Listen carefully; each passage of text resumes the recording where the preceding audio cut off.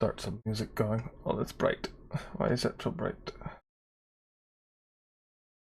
Down.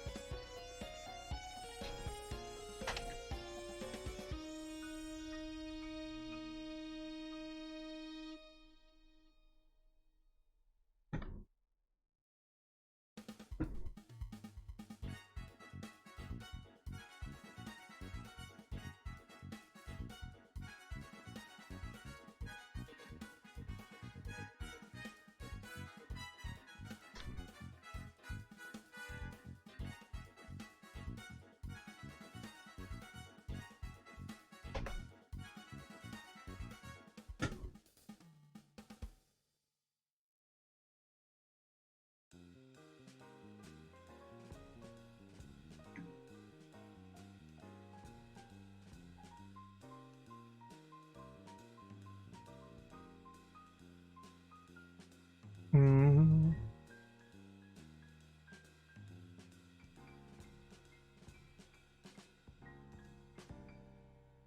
Just like, okay, which Discord can I spam this in? I mean, I can pick a few places. Oh yeah, feel free. Oh yeah.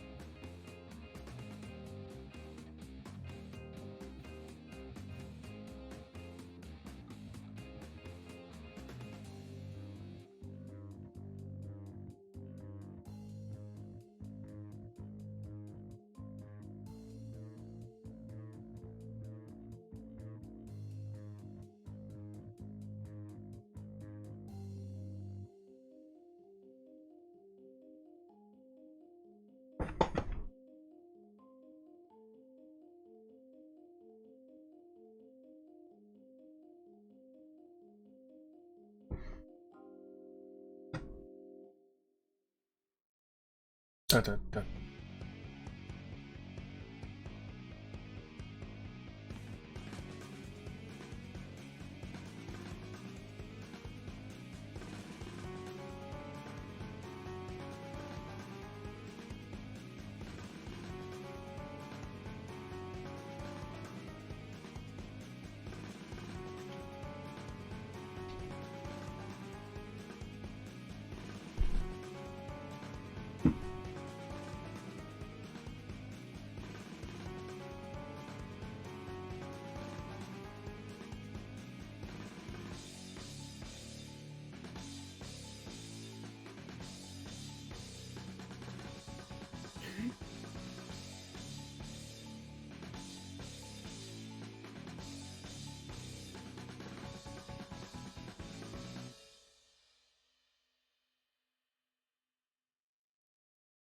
One second.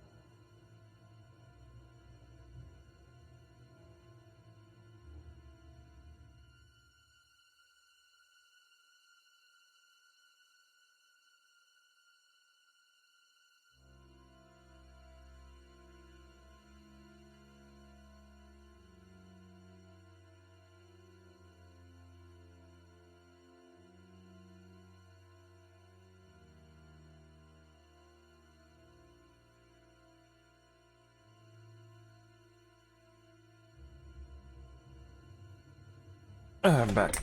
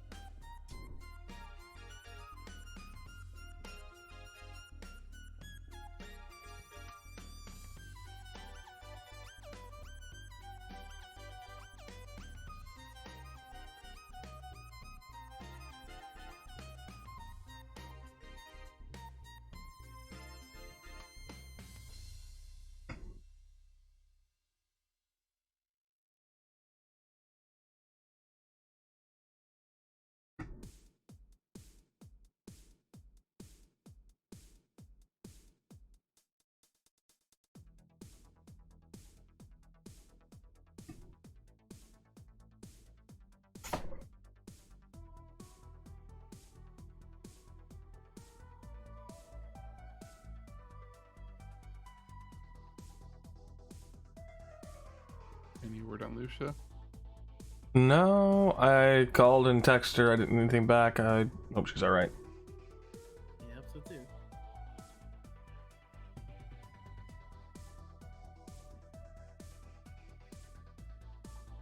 Apparently, Letty does a bite damage. Yeah, There- no, sorry, I was trying to. The spider's bite damage was rigged up incorrectly, and in clicking it to try and fix it, I accidentally clicked the roll button. You're fine.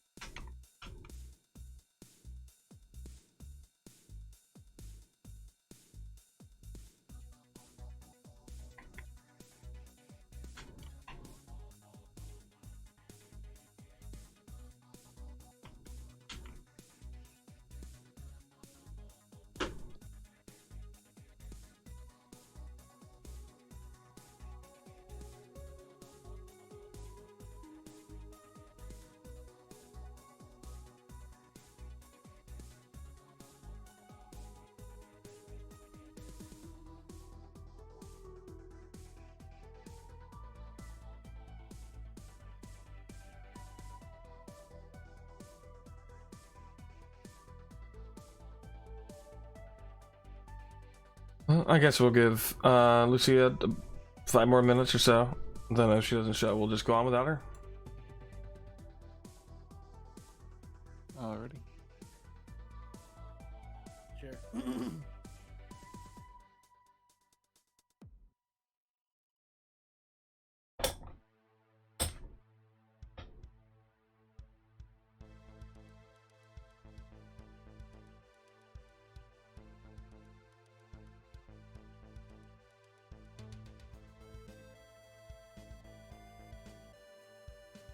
Yay. Yay! Hey, Smitty. What is up, my homie G Dogs? Yo!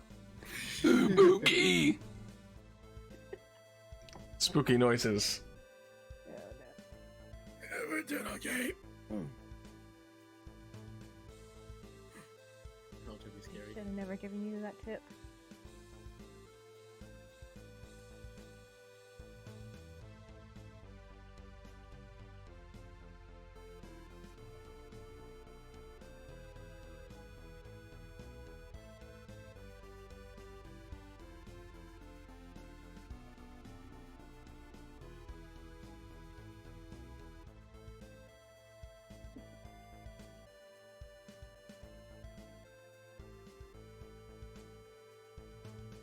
Are we just waiting for Luke? Yeah, I sent her a text. She didn't answer, so I don't know. Probably just need to go on without her, I guess. She might be like me and not wake up by text. I tried calling too, so. Oh no. Oh boy. Hope she's okay.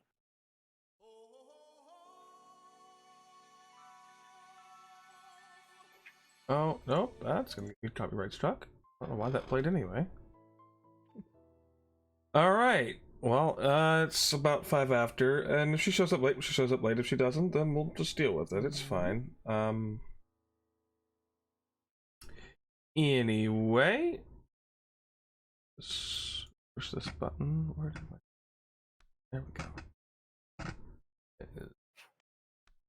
There we go.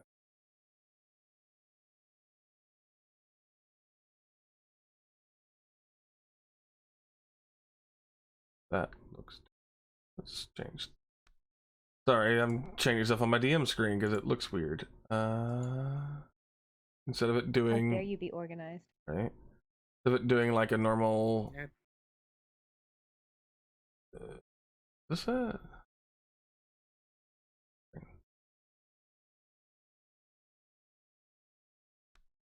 we go. Alrighty. Get off the starting soon screen and put it on the right screen.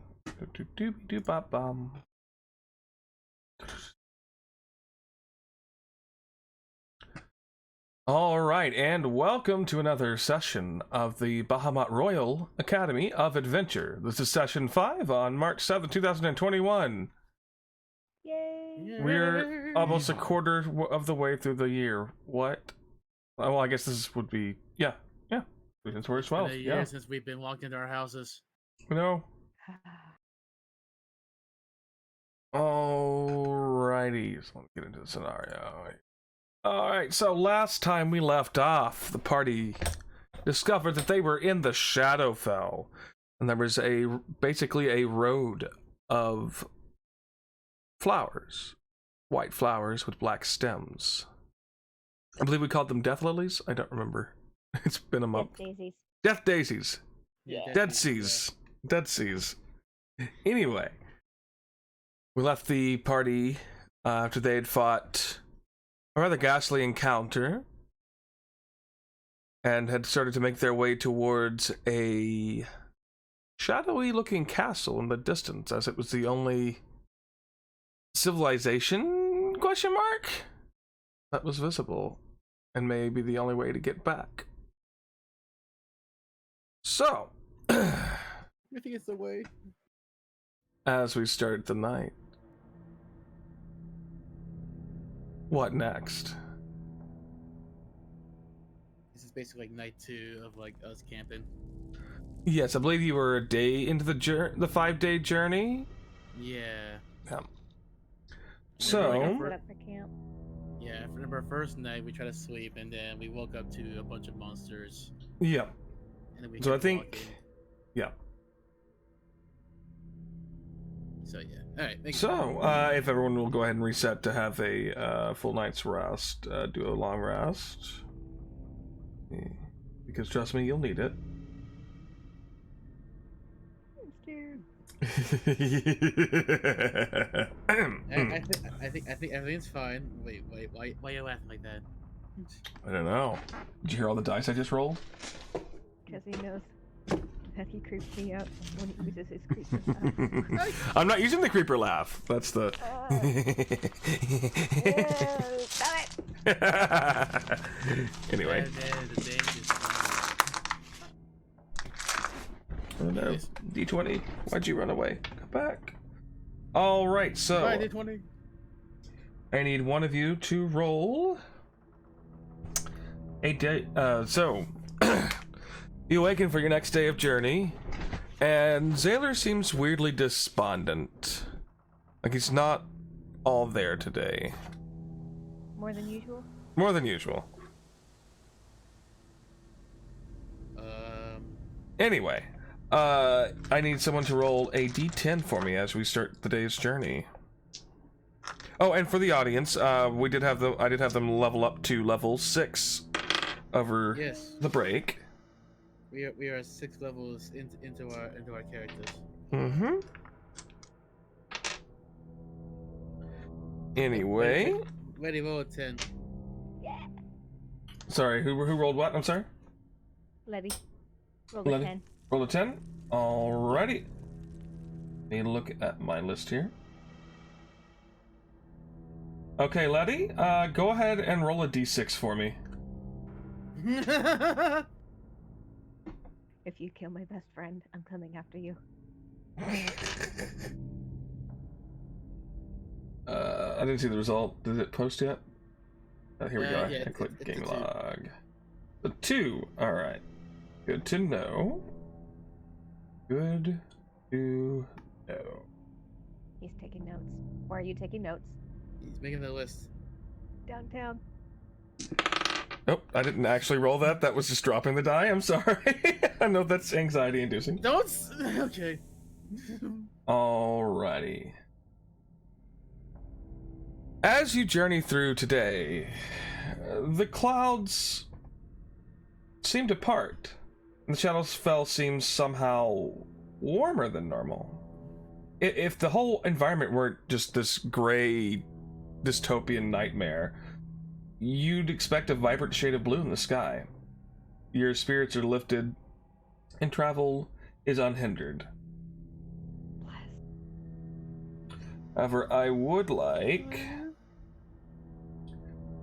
one second here. Not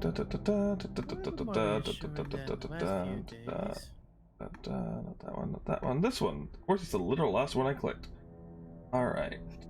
We edit this one real quick. While you're looking that up, I'm gonna go stand over next to Letty. Well, actually, I was already standing next to Letty. I'm gonna nudge Letty with my elbow and get her attention. Yeah, she'll look over. I don't know if it's this place or if it's what happened with Taylor, but I just wanted to check in on you. Is everything okay?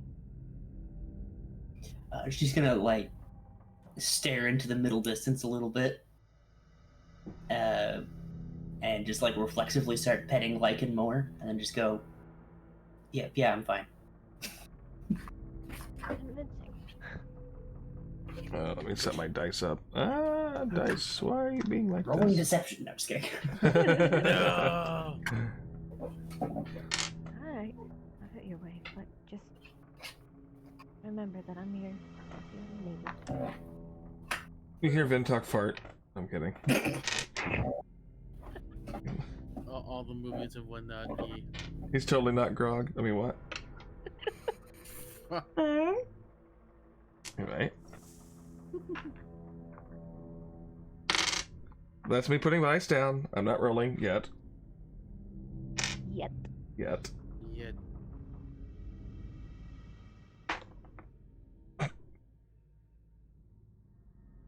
As you travel throughout the day, you hear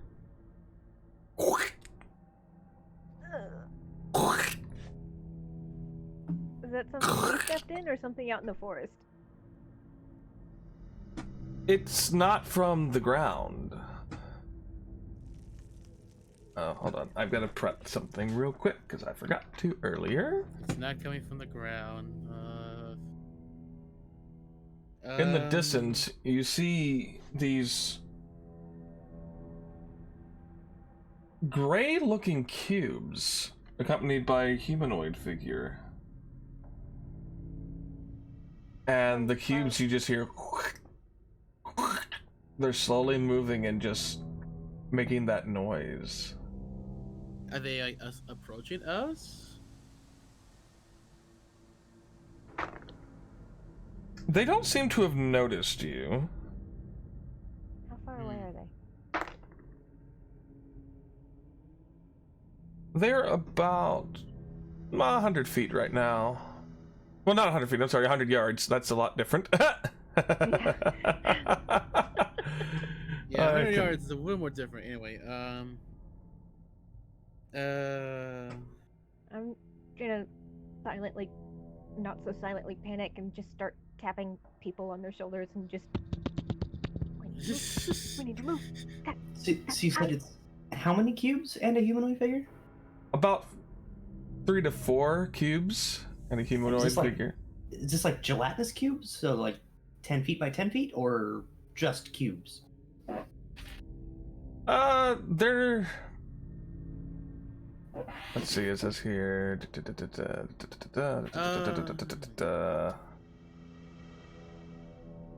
Actually doesn't say. Great, thanks D&D Beyond. Let me click the bigger thing here. well, either way, let's see. It seems to be a liquid-looking stone.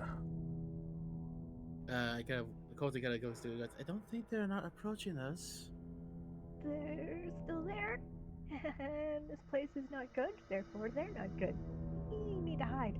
What if that humanoid is like in danger? About that time, you notice one start to move in your direction. Fuck! It rolled a natural 20 on the perception check. What would we roll to determine what these are, if we could?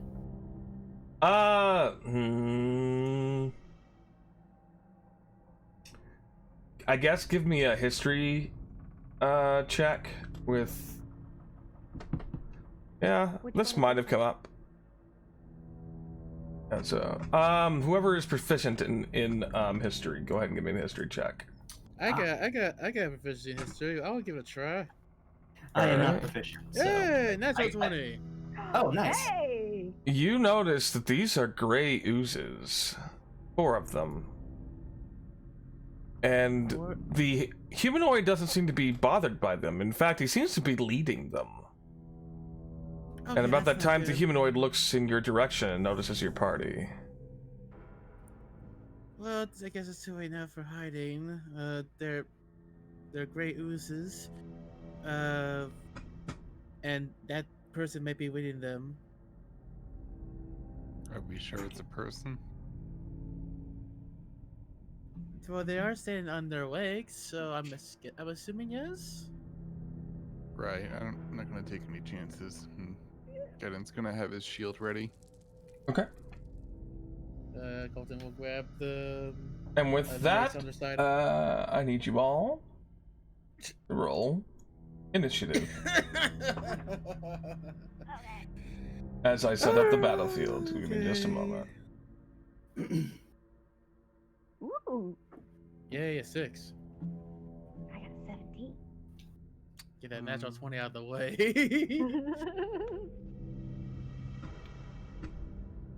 Oh, it doesn't have a fancy picture for this one. It says like a vampire thing. 16. go ahead and put that in the Discord so I can keep track of it in just a moment. I'm still setting up Yes. thingy. Oh, weird. It didn't send my initiative roll. I got an 11, but I can roll again if we want one Oh, on the record. well, it should say it in game. I'm silly. I keep forgetting that there's now that game log. I keep forgetting that.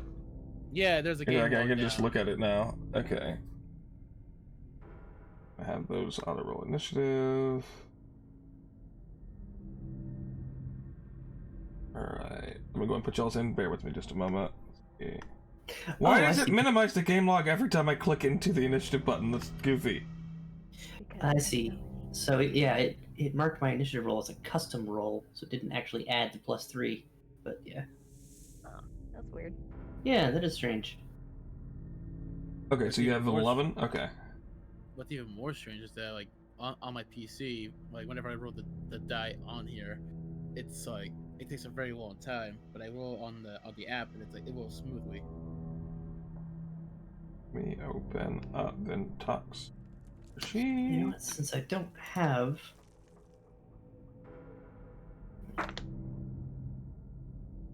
14. I don't want to remove it from Chrome. I just want to temporarily turn it off.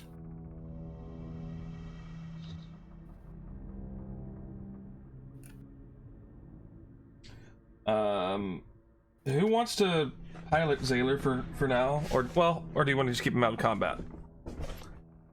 Uh, I think I can handle Zaylor. Okay. So you should be able to open the character sheet through D&D Beyond and just roll initiative for him. Ready?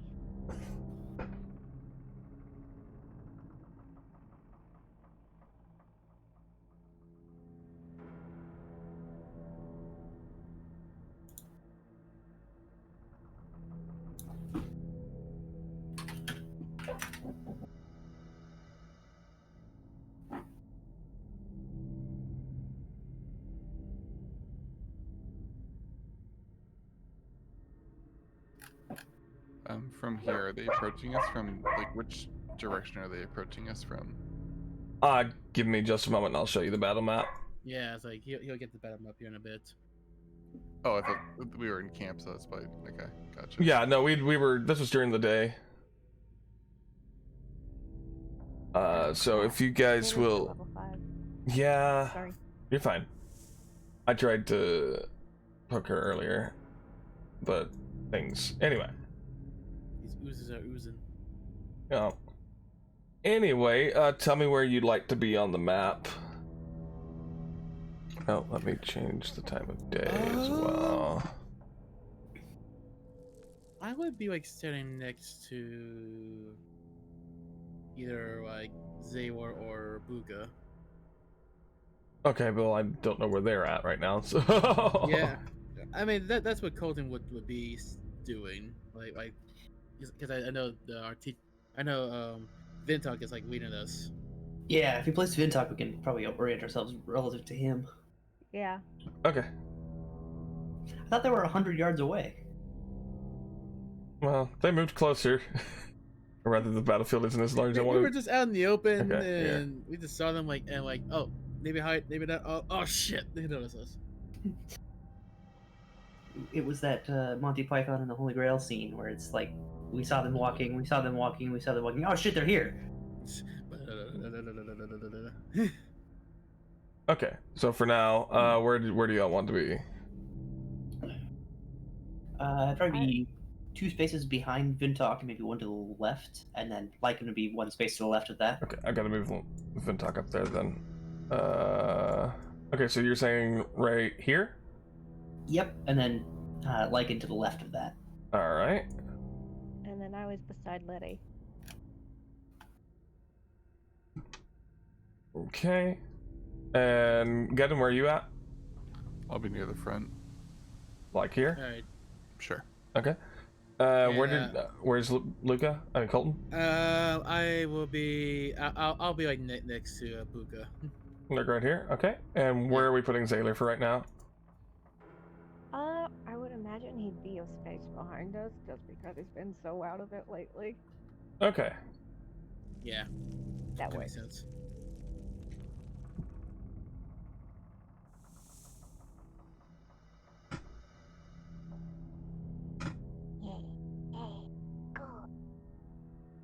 Why can't I change this? Let me move the thingy. Oh, interesting. It's not what I wanted.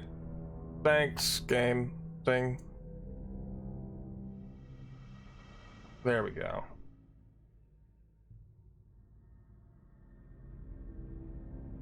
Alrighty, so let's get this encounter started, which I also titled "You Ooze, You Lose." Oh, what was Zaylor's initiative, Smitty? Oh, right. His initiative. No, I don't want it. And if you don't feel comfortable putting him into the combat, that's fine too. If Xander dies, it will never be. But what if they can help us and give us some inspiration? Hold on. Oh, it's not my character, so it won't let me roll the dice. Ha ha ha ha! I understand. Well, you should be able to see the initiative modifier, Yeah. and then just I'm roll it in rolling person. now. Yeah. 18 plus 2 is 17, just like me. Ha ha ha. 17. Alrighty. With that.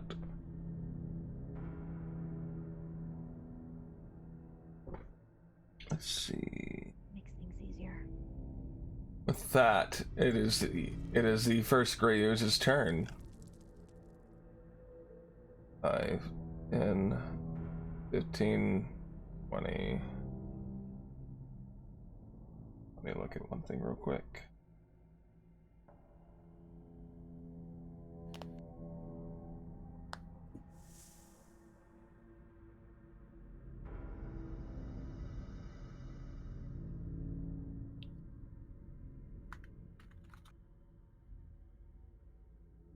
Oh, that's rude. Okay.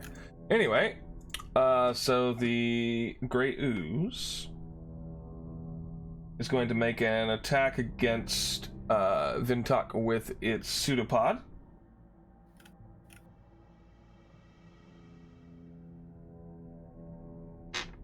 Ooh, that's D4 got stuck to my arm. That was weird. All right. Oh no.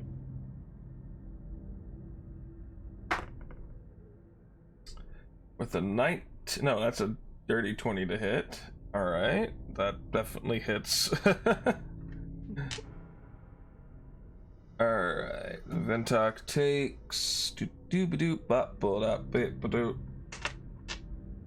1d6 3 plus.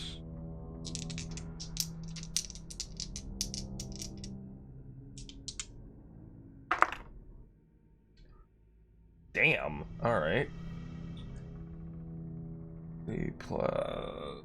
So 1d6 1, so that's 4 plus 11. So Vintok takes 15 points. So 4 points of bludgeoning damage and 11 points of acid damage. Jeez. Louise. Yeah. Oh, I forgot to. I'm resistant to acid. The problem I'm gonna have here is they're all gonna be resistant to piercing damage and poison. Neat. I made an encounter table, and this is what y'all rolled. So this one, That's yeah. that's fine. That's fair. And like I said, I named this one "You Ooze, You Lose." Anyway, that will be the end of the first Grey Ooze's turn. It is now Bluka's turn with Zaylor on deck. Okay. Bluka's gonna spaz for a second. Kind of freak out a little bit, and then just maybe take a step forward and shoot a ray of frost over at the big pile of goopies. Oh, at the one you're gonna shoot it in that direction, or are you shooting it at this one? At all three of them. Okay, so you're stepping up here. Where are you stepping up at? Yeah, right behind. Right behind Vintok? Behind Vintok, yeah. Okay. And it's a 60-foot range. I think that's Well, at least. if you're shooting a ray of frost, I think you're gonna hit Vintok, aren't you? Generally, attacks don't hit allies unless you crit fail. Oh, okay. Yeah. Cool. My bad. Well, not even then, really. It's stealth Well, mode True. to you. Yeah, that's Yeah. a house rule. It's fairly Yeah. common, but not. Yeah. Yeah. Yeah, the crit fail depends on how the DM will roll that. All right. Well, go ahead and make your. Let's see. You said you're doing Ray of Frost. Mhm. I believe you go ahead, need to make a spell attack roll. I'm not quite sure. Ooh, 22. Okay. Let me read Ray of Frost real quick. Bear with me.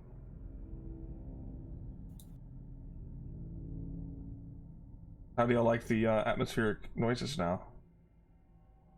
It's not going through for me. Oh, We hear it just a little bit. They're on the stream, but I'm watching the Discord stream. yeah. Yeah, we're watching the Discord stream. Yeah. Okay, Ray of Frost, cantrip.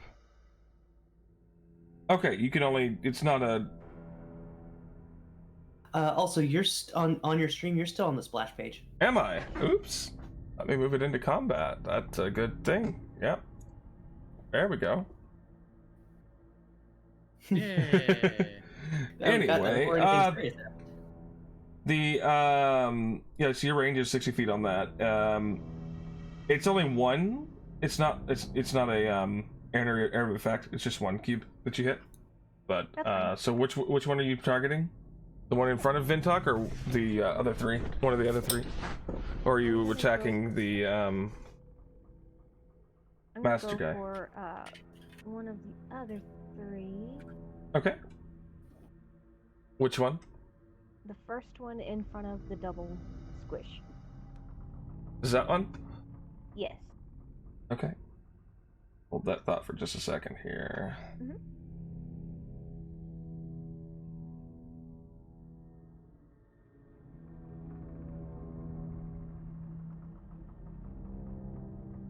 Against it. Okay, cool.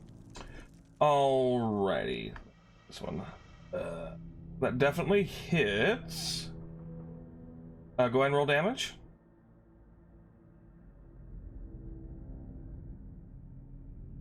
Go away. Do. Thinking. That is going to be double eights. Wow. No. You step Nice. forward and reach around the side of Vintok and blast forth a ray of frozen energy straight at the gray ooze. It impacts and does damage, but not as much as you were hoping for. Frick. Good thing after that double eights then. If it's resistant, God, how many things are freaking resistant to every element we have? I don't do this on purpose, I promise. I know. Ignore that ping. Anyway, is that the end of your turn? That was my action. And I believe. Hold on 1 second. I'm double checking something. Oh, crap. That's an action as well. Okay, I'm going to. For my bonus action, cast Shadow Blade, so I'm ready. Okay. It's going to be at 2nd level. Alrighty. And then that's my turn. Alrighty. It is now Zaylor's turn. Okay. Give me 1 second while I check out the stuff. Yeah.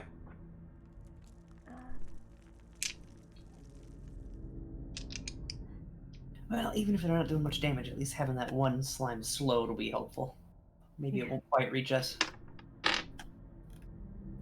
Ah, crap. DM, he hasn't been set for, I can't change anything on it. I can't give him a long Yeah, rest. they were still at level Okay. 5. We'll just say that Zaylor is just out of the fight. We'll just treat him as out of the fight for right now. Gotcha. So we'll just go ahead and skip Zaylor's turn. Is now Geddon's turn with Vintok on deck. Okay, I will walk up to the ooze that's beside Vintok, and I'll take 2 attacks. Okay. You're gonna be here, or you're gonna be here? I'll do the beside Vintok, down one. There you go. Okay. Alrighty. Go ahead and make your attack. First one is a 21 total That definitely hits. Go ahead and roll Okay. damage. for. God, why is my dice so slow? It's gonna be 12 damage. Okay. Of bludgeoning. Bludgeoning? Okay. 12 damage. Is your weapon magical? Nope. Alright. And it's made of metal? I believe so. Last time I checked. Okay. Alrighty. And that was your I'm sorry, that was your hammer? No, my sword actually. I'm gonna throw something at you. You reach out Yeah, it was my hammer. and slam your hammer into the corner of this gray ooze that is menacing your teacher. You do a lot of damage to it. It seems very hurt. But you see that your hammer's getting corroded. The weapon takes a permanent and cumulative -1 penalty to damage rolls. Oof. Just damage. Oh, good. Yes, to damage rolls. If the penalty goes up to -5, that weapon will be destroyed. Okay, well that was my first attack. I'm gonna hit it again. Okay. Hit it again. Go and roll for roll your attack.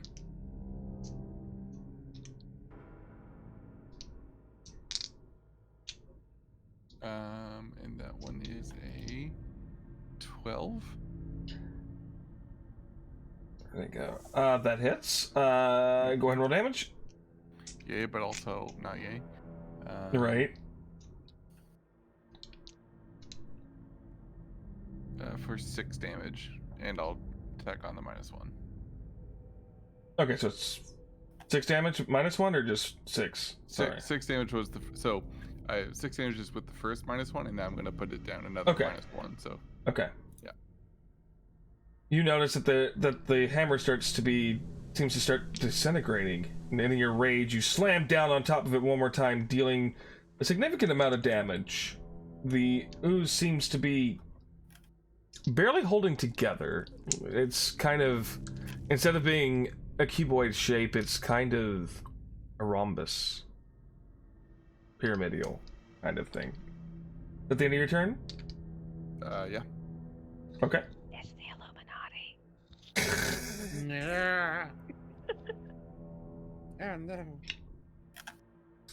All right, it is now Vintok's turn. He is going to let me get Vintok here.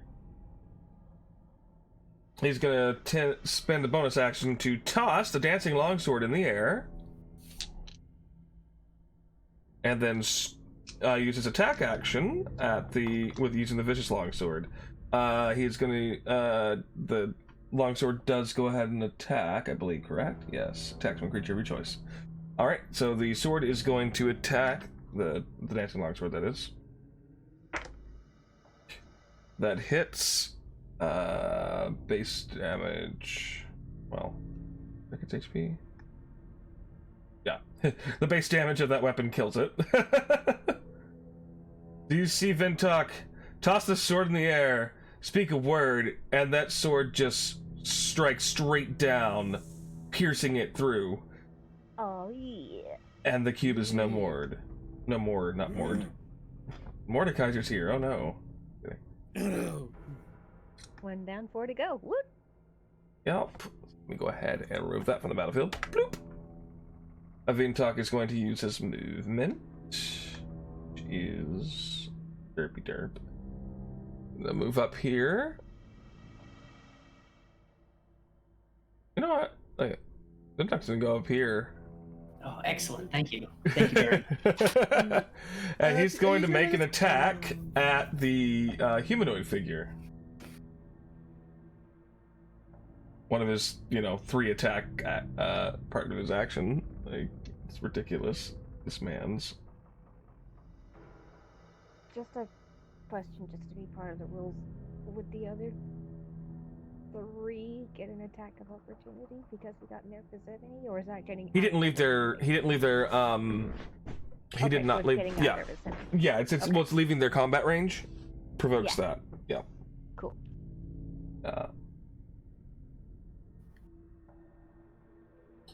Alrighty, so he's going to... I'm just going to go ahead and roll 3 attacks. He's going to be using the Vicious Longsword, dual-handed. So that means that 1d10. Let's see... That's a 20, that's a 28, and a 15. Does the 15 hit? Yes, all 3 hit. Yeah. Let me go ahead and roll damage here. And my d10s. Oh, I have exactly... Make sure this is d10 and not a d12. Yes, d10. Alrighty here. Well, that sucked. Let's... You see Vingtok thrust forward with the vicious longsword, striking the humanoid figure in the chest. It takes 5 points of piercing damage on the first strike. On the second strike, he rears back and slices it across the clavicle, dealing 8 points of slashing damage. Let me double check the actual type of damage. Sorry, it is slashing. The first one was slashing as well. I just said piercing because stab. Anyway, third attack deals 9 slashing damage. Okay. As Vingtok basically carves an X across the chest of this thing. Vingtok is so done with this plane of shadow. And that will be the end of Vintok's turn. So. Vingtok did he needs use another that? vodka. He needs another vodka, yes. And that'll be the end of his turn. It is now... I have too many tabs open. I think it's Letty's turn. Nope. It is now another Grey Ooze's turn. I hope you can survive until my turn. I really need As I him to say, still be he's there. surrounded by 3 Oh, oozes. I forgot to use an effect here. Oh well.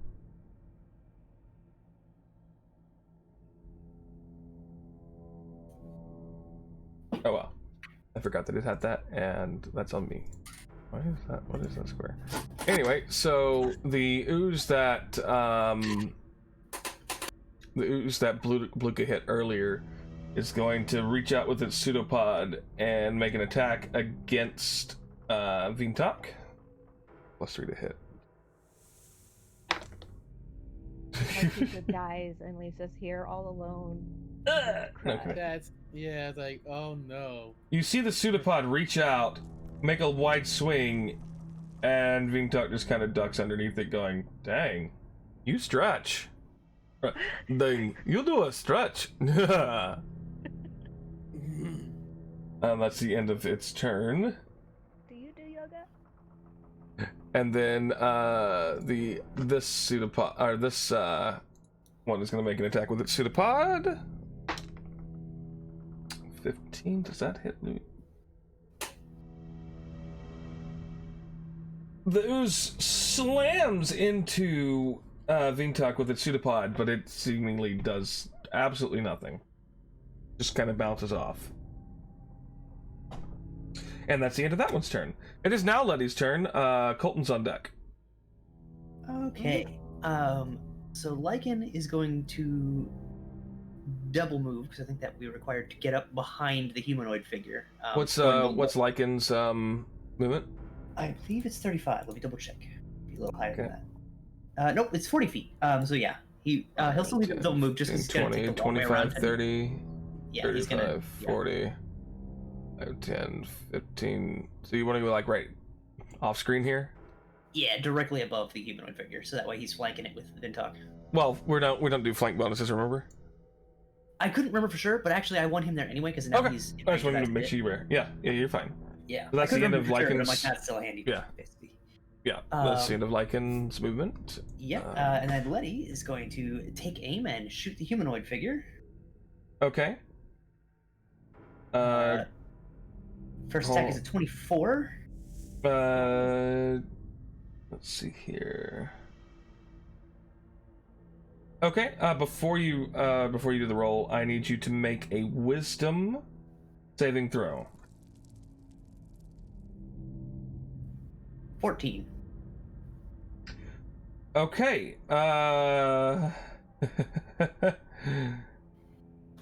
so you have to attack either Zaylor or Bluka. Let's go with Bluka since we don't really want to kill Zaylor while Lucy is not here. I'll take the hit. Is that with the attack I was going to make? Let's go ahead and roll another one since you rolled it before I told you about the charm.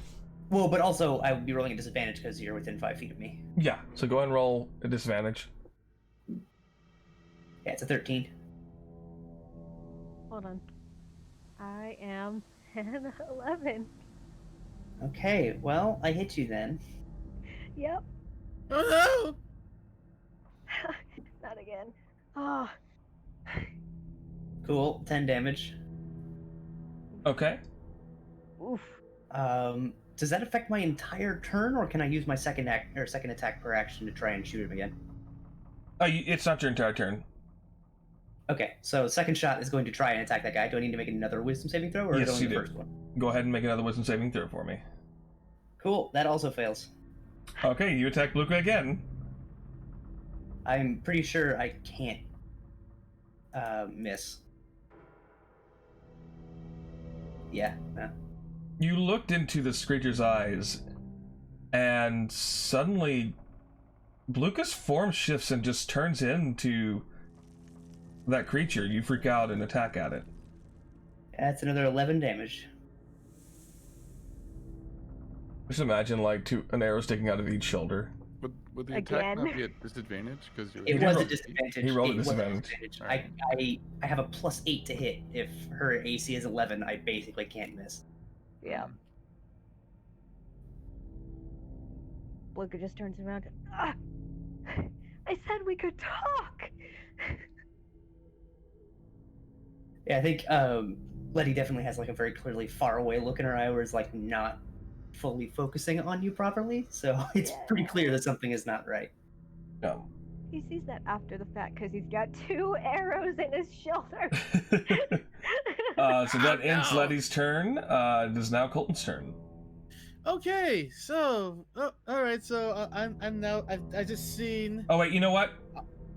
Actually, we're gonna say that the second one actually hit the Ooze Master. Because it's a reaction. He doesn't have 2 reactions, so give yourself Oh, back 11 okay. HP.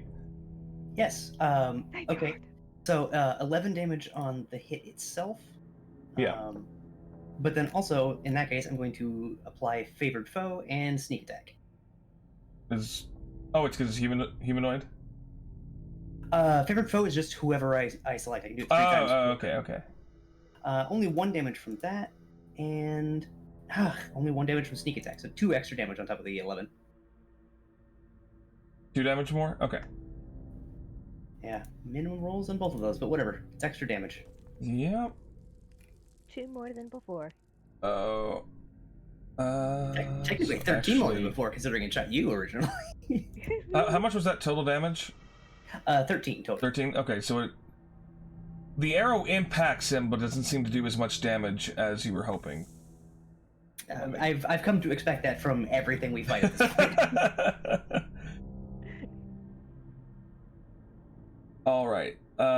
Anyway, it's now Luca's turn, or Luca Colton. Yeah. I'm just like, okay. So like I said, Luca just got hit by an arrow. So I'm assuming Letty, and okay. So I should have clarified more earlier. With that natural 20, would I know that these oozes cannot be hurt by like regular weaponry, like anything non-magical? It came up once or twice in class, but this specific instance I'm not sure they would have gotten over great oozes specifically, much less the humanoid figure. So I'm going to say no on that. You don't know what they're. Gotcha. Okay. Okay. Let's see. How do I do this with roll higher? Extra D8. Okay. Oh, that's right. This should probably fix it. It's going to be Colton will. He was gonna do a thing, but then Vinta ran over towards to the head honcho, who I'm assuming is fighting back. If I will gonna let's see, I'm gonna do a very simple thing, and we'll see if the head honcho can feel some bit of guiding bolts in their face. Okay, go ahead and make a spell attack. Yeah, this will be level 1, so let's see if this works. 23. That hits. Alrighty. Level 1 guiding bolts. Everyone can see Colton hold up a hand up, kind of like Iron Man style, and then a little guiding bolt just pops up right from the hand to the enemy, and it goes for 20 radiant damage. 20 radiant damage. Nice. Nice. That should do something, hopefully. Luca Colton reaches their hand forward, and coming from the sky, the brightest thing you've seen all day in this very dreary plane of shadow comes streaking down from the heavens like the hammer of an anvil, crashes into the creature, dealing a significant amount of damage. Heck yeah. Just gonna get two little smiles. Says, thank you, Ori. And I can't do anything. Bonus action. Okay, Let's see, that end your turn? Let's see, hold on, I'm double checking here. Bonus actions. No, okay, so Colton will then move we'll say 15 feet forward. So Just that way it was right here? 15 forward, so that way I can be in range for some healing if I have to. And that'll be their turn. Okay. It is now the humanoid creature's turn.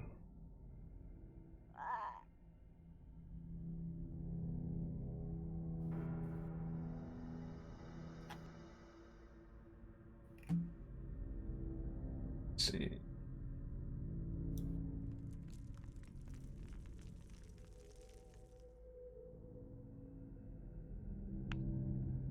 Alrighty. Let's see here. Do.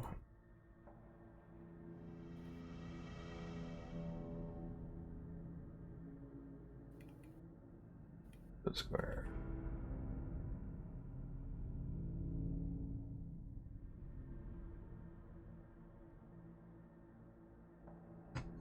He grabs something from the cartographer real quick. You see the humanoid figure reach its arms out and just kind of lift them skyward. Just in front of Luca, the ground turns pitch black, and these tentacles start to rise from the ground. Luca Colton or Bluca? Bluca. Ah!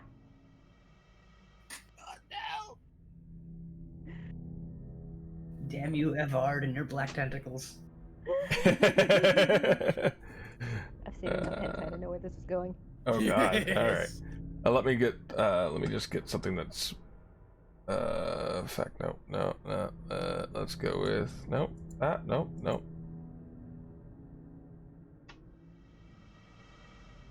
Nope. That's bubbles. Nope. Let's just go with I'm trying to find something that would be appropriate to show it. Probably just draw it, right? If there's a pen tool on whatever. No, not really. There's not.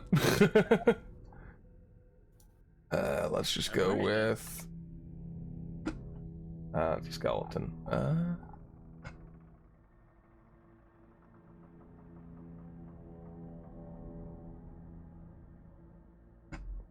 All right, we're just gonna go with a chessboard. That'll work. Whatever. Ta-da! Oh no! Oh no! Oh, I don't like Sorry, that. it's not. Oh no! Hold on. Let me. I put it in the wrong It's spot. running. It's actually Oh! centered right here. Okay, so remember when you texted me asking if we were getting scared? Now I'm getting scared. Don't do that to me. Let's see. I'm gonna take 20-foot square. So that's actually like most of everything. It's No, a no, 5x5 square. you- Yeah. Oh, 25 foot. Oh, sorry. Sorry. No, I fucked it up. You're right. I There. mean, 20 still hit us, so You Yeah. you still got another 5 feet of dimension there. Yeah. yeah. Yeah. Is it Yeah. 20 or 25? No, it's 20. Okay, so you need to pull Okay, one well, off the that's- top and one off the side, one of the sides. Yeah. Yeah. Okay. And one off the side. There you go. All right. So. Oh no! Let's see. So what enters the affected It's character. all around us. Okay. So that will be its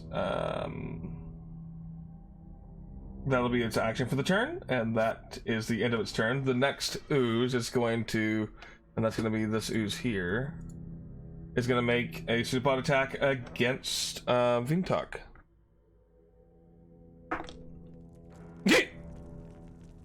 It swings out at Vintok, and instead slams into its buddy next to it. That acid damage. Okay, so that. Okay. Dealing 7 damage, 7 bludgeoning damage.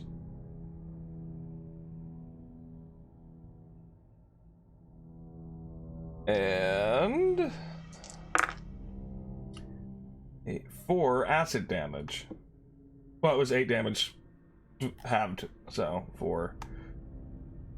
The other gray ooze recoils. It seems very angry and very, very, very hurt, barely hanging on at this point. And that will end its turn. I love when it rolls a natural. I love it when the enemies roll a natural 1. It's great, isn't it? It is now, not the dead ooze's turn. It is now Bluka's turn. Zaylor is, well, again, is on deck. Okay. Ha. Are there any saving Oh, throws? yes, you do need to make a saving throw. I need you to make a, sorry, I was trying to think and then got distracted. I need you to make a, give me my ooze master back. Give me a dexterity saving throw. Okay. Oh, actually, no, there's not a saving throw. It's because you started your turn in the area. You're already. Oh wait, no, never mind. Give me the. What was the saving throw? I didn't see it.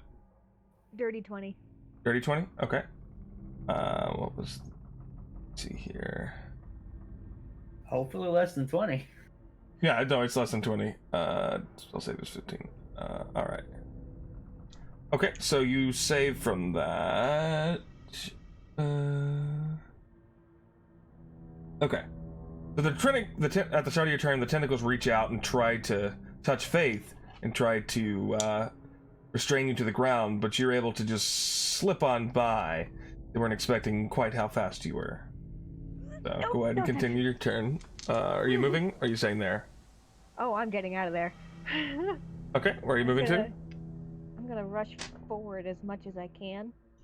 Okay, that is difficult terrain. So if you go this far, this is 10 foot, 20 foot, 25. And then one more would be 30. So you want to move here? Yeah. Okay.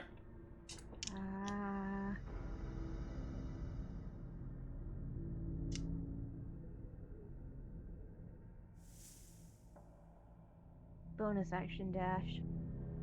Okay. Where are you going? I'm gonna go for the double ooze in front of the first. You're gonna go one. right here? Yeah. Okay. And then Right, so you use your bonus action and your action.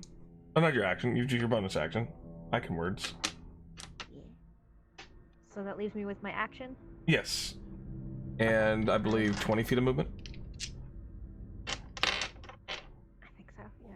I'm Yeah. gonna swing my dope ass shadow blade. Yeah. Okay. Go ahead and make an attack.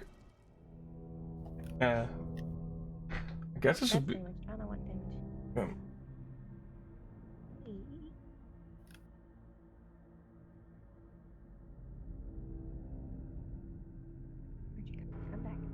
I'm back.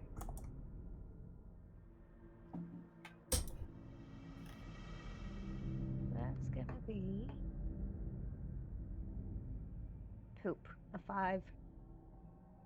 Unfortunately, a 5 does not hit. You swing the shadow blade. Yes, I'm sure that a 5 does not hit.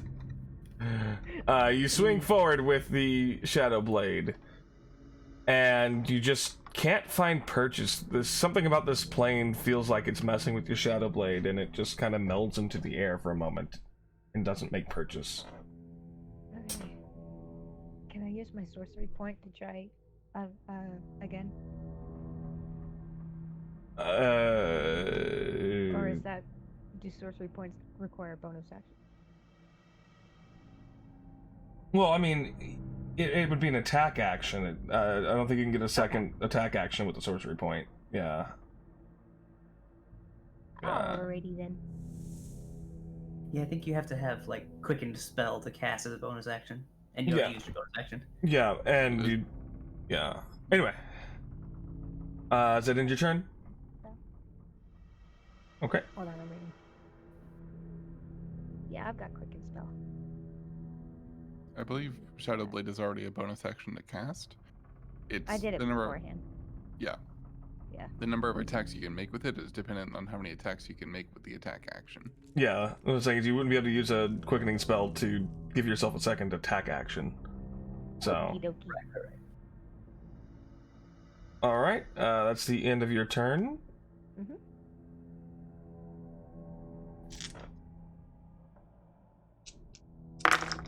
Okay. It's now Geddon's turn. So Geddon, if you'll give me a dexterity saving throw.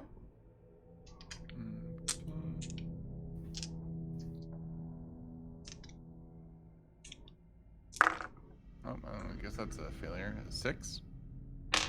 A 6 does not succeed. Oh no. You are now restrained. Oh no! Geddon starts to move, but the tentacles reach out and just hold Geddon in place, and then another one takes a swing at his face. And you take 8 bludgeoning damage. Okay. You can choose to spend your action to make a strength or dexterity check to try to break free. To check now save? Okay. Let me double check. Yeah, it's a strength or dexterity check, your choice, against the spell save DC. Alright, guess I'll do a check then. Their strength. Okay. Alright, that would have been useful before, because that's 21 total. Strong boy. After getting smacked in the face by the tentacle, you see rage in Geddon's face. He just kind of bulges his muscles and breaks the tentacles off. You're now free to move about the battlefield. Cool. I will move, so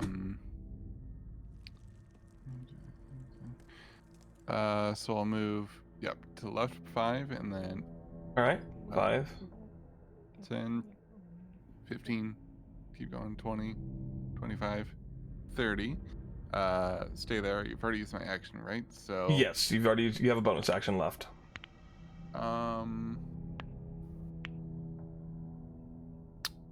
Could you enchant your... No, you're...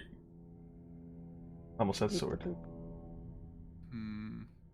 I'll just stand there for now. Okay. Glaring at it. Gonna douse. Alright, that ends your turn. It is now Vingtuk's turn yet again. He is... How far can the dancing longsword move? 30 feet, okay. So, the dancing longsword, 5, 10, 15, 20, 25... Wait, no, he was... Okay, the dancing longsword makes it to about right here, unfortunately. But Vingtuk is going to take... he's going to attempt to make an attack at the, bullshit guy. And has to make a wisdom save. Okay. -1 to wisdom saves. Let's do this. Whew.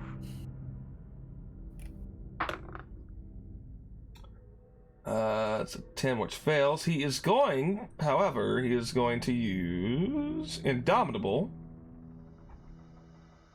to roll that again. And still fail. Instead of attacking the creature, he is going to attack the ooze to the left of him. Because that's the closest creature.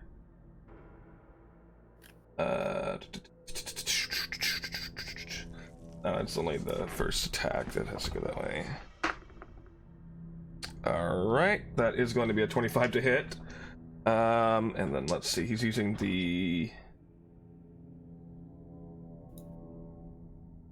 Vicious Longsword. Dual-handed, so he rolls a d10.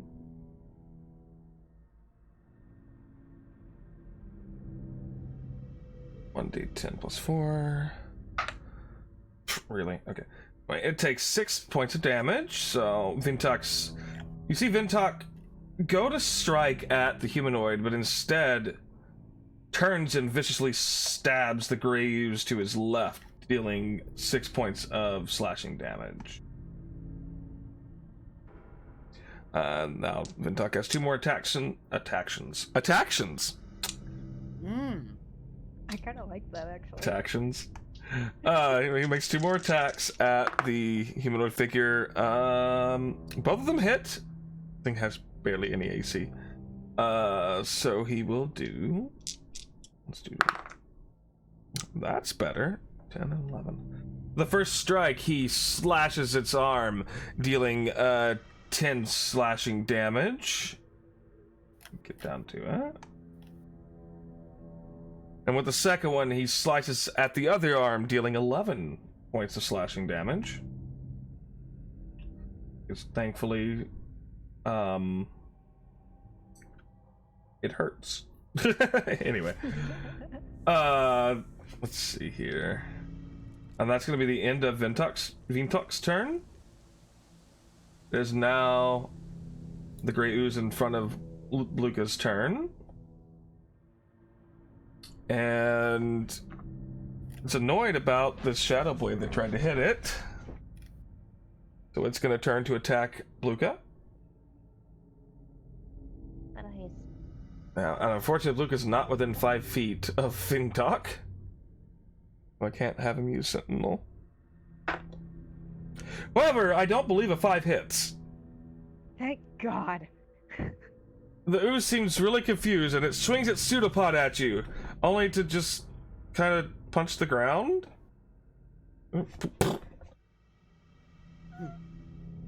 It is now the ooze on the right's turn, and oh, sorry, it's going to shift over here.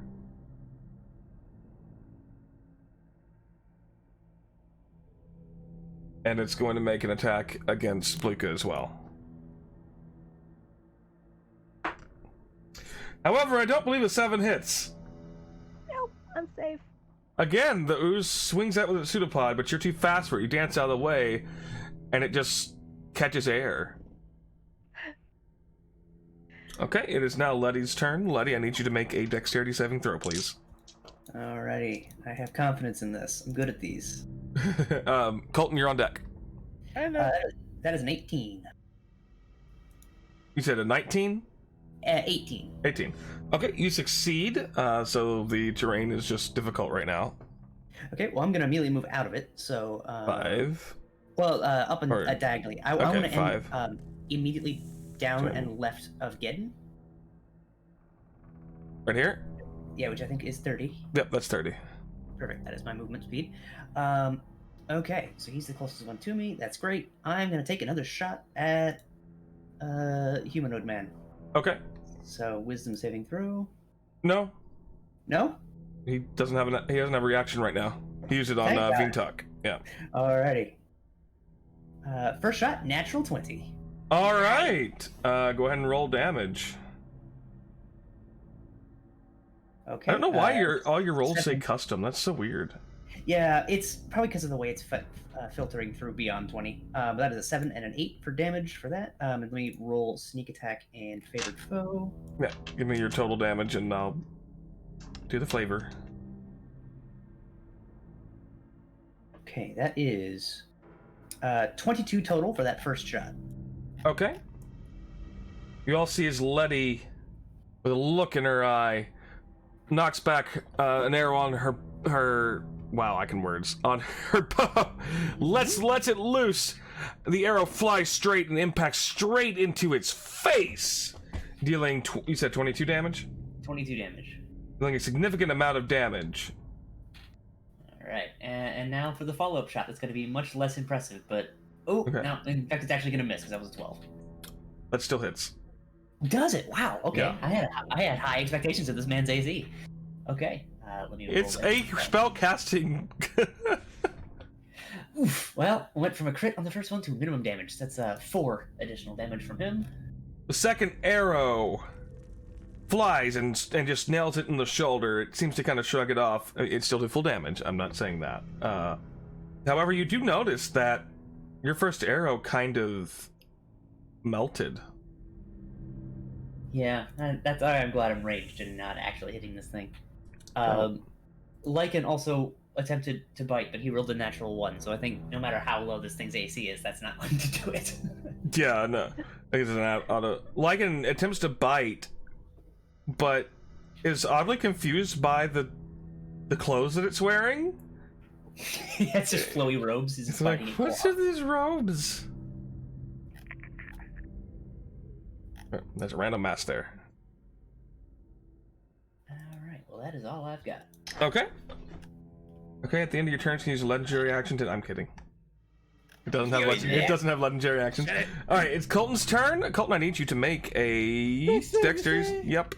Dexterity saving throw. Let's see if I have good. Oh god, I got 0 dexterity. We'll see. That is an 8. That does not succeed. You take 3d6 bludgeoning damage. Oh goody. You take 10 points of bludgeoning damage and are restrained. The tentacles reach up and pull into you and they just squeeze you. And that squeeze you and constrict, it hurts a lot. You take that 10 points of damage. You can use an action to try to break free, using a strength check or a dex check, your choice. Well, actually, I have no idea. Let's see, so it takes an action. And it's not a saving throw, it's just a check. Yeah, I know. I'm just thinking like, I don't know if using this particular spell will probably save me out of it, because I have no idea if these tentacles are able to be attacked or not. It's a spell. You're on it. Like the tentacles are a spell, Okay. If that's so the they case, can't really. They don't have an AC or anything. You can't really attack them. So athletics in order to get out. No, strength Strength. or dexterity, your choice. Just a check. I got numbers and strength, so let's just go with that. Come on, Okay. baby. 11. You struggle and struggle, but you can't move. You Okay. remain restrained. This makes sense. So Colton then we'll point their finger right towards. This can only be a bonus action. Well, yeah, this is a bonus action, which Okay. this is a spell. Okay. I'm just making sure it's a bonus action. Yeah. Actually, even though I'm restrained, can I see Vintog? Like, how is he doing? Vintok seems all right. Okay then. Yeah, you're restrained. You can still see. You're just restrained, especially because you're restrained at the very edge of the field. This is a little bad see for me. Yeah. Then they will point over towards the big baddie who assuming is the one who poured the spell, and there will be a gear-looking mace above their head as I cast spiritual weapon. Okay. What's the range on spiritual weapon?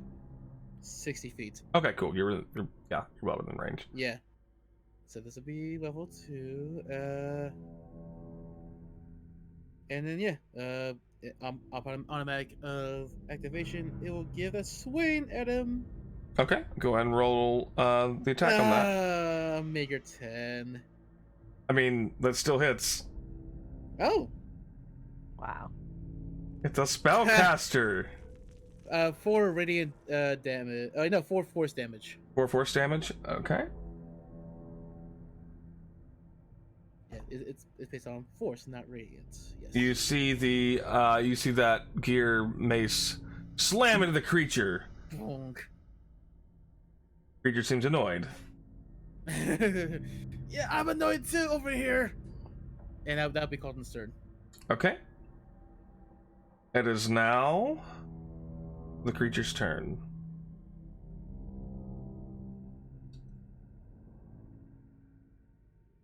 You start to breathe a sigh of relief as you notice that the tentacles recede. They go away.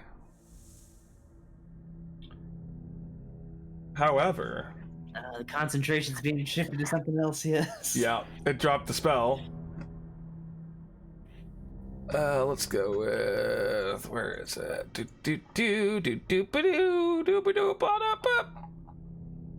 Where is it? I'm suddenly shifted back into Blue's Clues.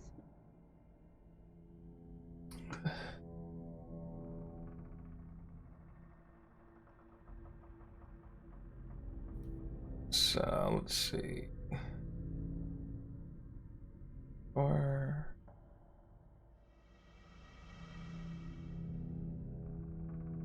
Another 20-foot square, huh? uh-huh. Right there is 16 foot. Oh. No, this is a 20-foot radius sphere. So that is 10, 20, Radius 30, or 20-foot diameter? 20-foot radius. That's there. There. There. There. Well, but it would cut off some of the corners, right, to be a sphere?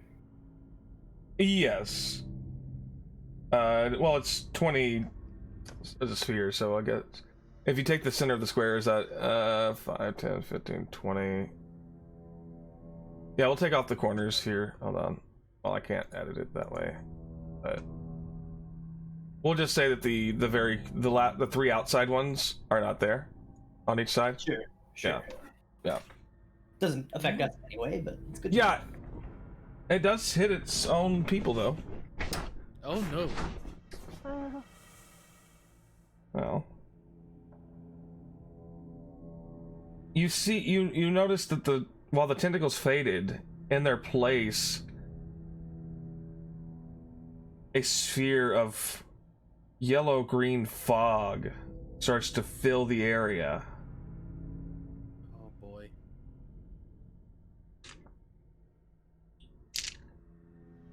And that will be the end of that creature's turn.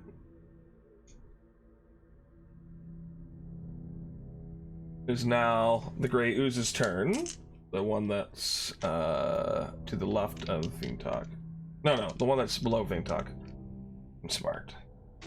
And it must make a Constitution saving throw.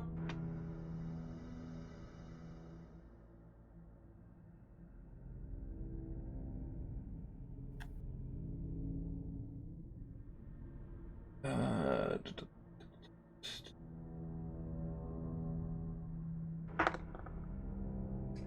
16, so it succeeds, so it takes half damage. Let's see, how many d6 do I need?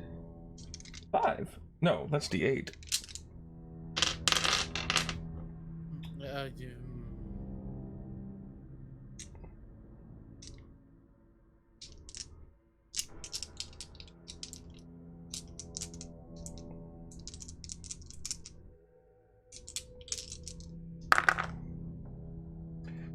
Alright, 1, 8, 14, 17. 17 plus 6 is 23, divided by 2, we'll say, is 12. That ooze, if it seems to be bubbling, it's trying to like if an ooze could cough, but oozes don't cough, and That ooze is not looking so good. It's not happy. It's a little confused.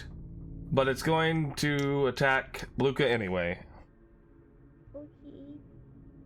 As I say, is this the kind of fog we can still see, or we're actually we cannot see anything? It's a 9 to hit.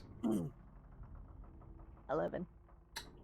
The ooze just keeps trying to reach out and touch Bluka. But no touchy. No touchy. That's the, it's going to recognize that this cloud is bad and shift over here. It's still in Vintok's range, so it doesn't provoke an opportunity attack.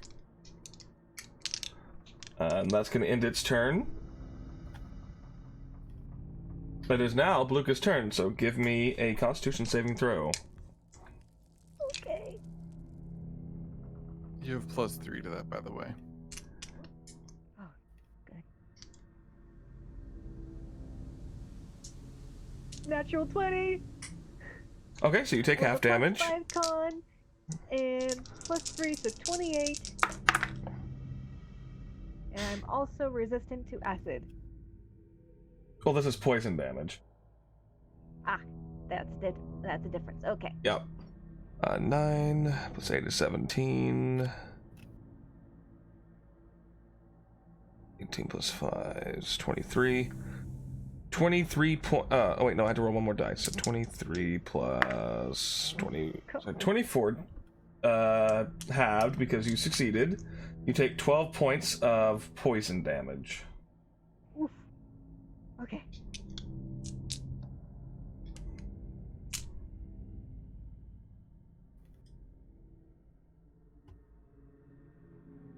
Alrighty. What are you gonna do? Scream internally for a little bit. You just hear. "Ah!" Much like the voice message I got yesterday. Oh yeah, that was fun. So much fun. Okay. I'm gonna. Yeah, I'm gonna. You're gonna? I'm You're gonna. gonna? What are you gonna do? Well, first off, I'm gonna cast shield on myself. Oh, that's a reaction. Never mind. I don't say. Yeah. Screw it. I'm just gonna start swinging. Okay. Is it the Shadow Blade then? Yeah. Okay, go ahead and roll an attack. That's going to be 19. That hits. Go ahead and roll damage. Actually, what's the minimum damage on Shadow Blade? 2d8.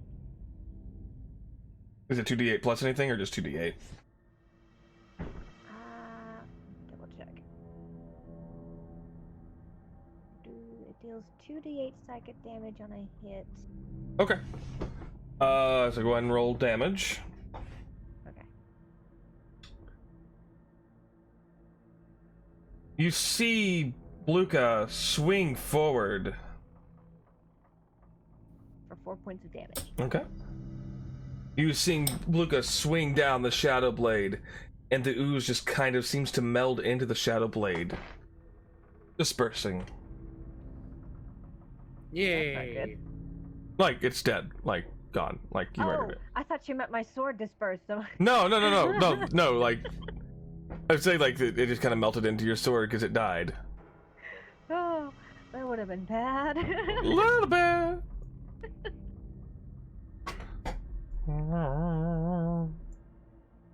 Okay. And Are you gonna stay in the cloud of that? I am not. I'm trying to figure out how I can get around. Yeah, it's not difficult terrain. Just so you're aware, this one is not difficult terrain. Okay. And I'm not gonna get attacked by going into their bubble. Only when you leave. Like if you, only if you leave there. So basically, it's safe to go here, here, here, or here, Okay. here, or here, or you can just get out of here completely. Up to you. Let's go with the cross section from Think Talk. What? I'm gonna go around the goop and put myself in. Right here? Yeah, I'm afraid. I'm gonna stay as far away from the big bad as possible, but still want to fight. Okay. Is that the end of your turn? Bonus action. Yeah, I got a bonus action, and I'm going to cantrip on it. I guess I can. Dun, dun, dun, dun.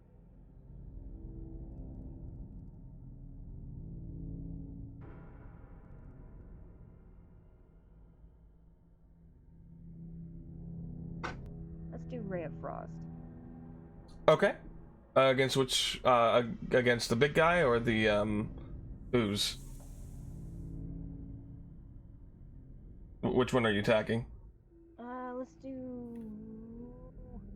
ooze, since it's gonna hit me. Okay. Go ahead and roll an attack. Oh no. I rolled a natural 1 plus 5 for 6. Gonna have... What's your spell DC?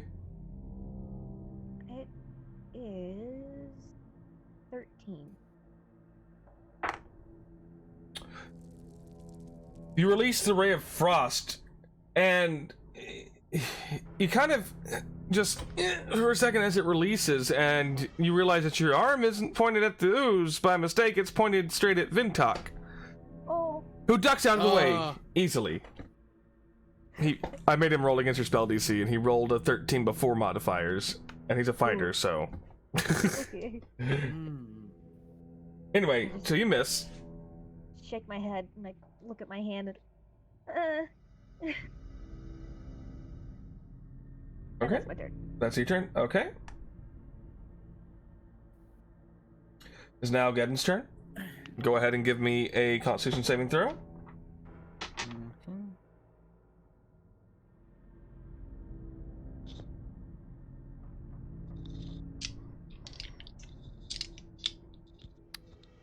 He's old. 20 total. Okay, you save. So you take half damage.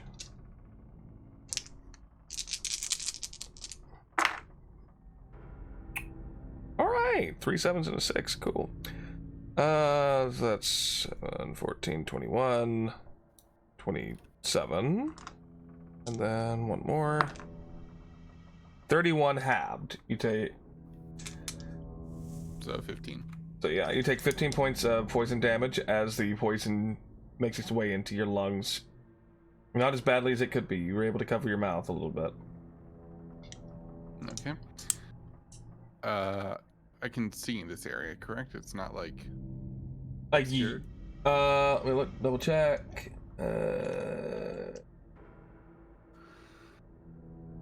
It doesn't say that it oh no, the area is heavily obscured. Okay, but I can generally make out the direction of the dude who cast this. Yeah, so you're on the very, very edge of it. Cool. I'm gonna go as get between him and Bluka. So you want to go like right here? Yeah. Okay. I'm going to cast as a bonus action. I'm going to cast magic weapon Good thinking. on my hammer, On your sword. giving it a sure, giving it a +1 to damage and to hit. Okay, go ahead and roll an attack. Remember, it does have -2 to damage rolls right now. I know now it's -1 damage. Yeah, minus 1. Yep, I'm adjusting it on the fly. Cool. Hey, go ahead and roll an attack for me. Okay.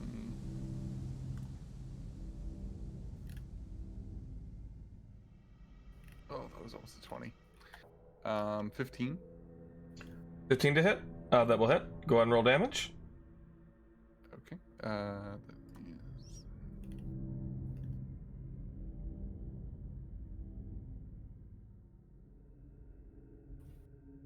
that's 10 damage. I'm going to pump a Divine Smite into it. Okay. For an additional... Is this undead or... Yes, this is a huge undead. It's huge undead? I just noticed that. Yep. Okay, well, regardless. Yeah. It's 3d8. So that's 10 magical bludgeoning plus. Oh, nice. Oh, it reaches 10 Um, feet. Okay. Plus an additional 17 radiant damage. So how much total damage did you do? 27. Alrighty. Geddon rears back, starts to rear back, then goes, wait a second.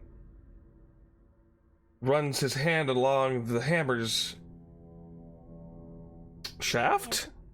Handle? There we go. And you see night, it. everybody. You see it start to glow. Geddon nods, rears back, and Ness baseball bat smash style swings at the humanoid figure. Just slams it into the side of it. You said doing 27 points of damage, radiant damage. Well, only 17 of it's radiant. Yeah, it's not. It's not. There's no extra damage from it being radiant, so Gotcha. we'll just say it's. Anyway, you gonna take your other swing? Yes. Does it concentrating on a spell currently? It is concentrating on the spell currently, so it needs to make a Constitution saving throw. Yes, it does. Oh boy. Somehow it's a +5 to Constitution. What? I believe with it being a 27 points of damage, it would have to roll a 13 or higher. Yeah. It rolled an 11, so the cloud is dispersed. Oh, Thankfully, before Letty or Luca, Luca Colton had to deal with it. Yes. Very, very. Okay, go ahead and make your second attack. Yeah. It's gonna be a 24 total. 24 total. That hits. Okay. Its AC is 9, y'all. Now, okay. 9. But there has to be something with this guy. That he Alright, isn't it's only so sure. 5. I'm gonna put another smite into it though, just cause. Okay. Let me know what the total Another damage. 3d8, so Yeah. 5 plus.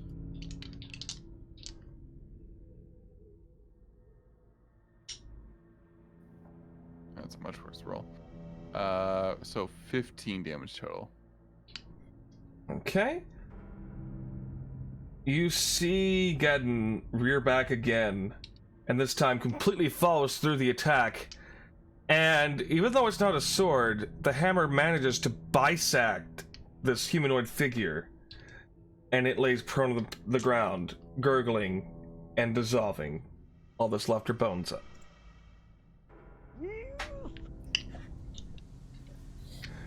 Yeah, that thing was a 9th level spellcaster. Oh jeez. Yeah. Nice work. That'll be the end of your turn. Yeah, that's all I got. Yeah, I think you've done everything. It's now Vintuk's turn. He is going to turn to the ooze to his left. First, he's going to move the dancing longsword the rest of the way up to the thing. So I guess it would count it as using it two-handed, right? Weird. It uses your attack roll and ability score modifier. Alright, well. Anyway, he's going to do that. It's going to use one attack here. Is 12 to hit, which does hit. Minimum damage, let's just see, 1d10 plus 4. Ah, it's a 10. So it deals 14 points of slashing damage, which is magicals. You see Vintok kind of at the dancing longsword, and that sword comes flying and just pierces straight through the middle of the gray ooze. It's having a hard time holding together. You see Vintok take a swing at it. And it just dissolves into nothingness. The minimum damage killed it, so. Like, the minimum damage was 5, and it had 2 HP left. So, that one is gone. Bloop. Vintok's going to turn towards the other one. And release his final 2 attacks. First of which is a natural 20. And that's with the vicious longsword, so it deals an additional 7 damage. Just the minimum damage of all of that together, Vintok just kind of... And that ooze just falls to pieces. Well, that's what you get for messing with my students, you fuck. And with that, we have concluded combat. Alrighty, class. Thank you. I don't care about Adobe Reader. Go away. Windows, I don't give a damn. Let's see here.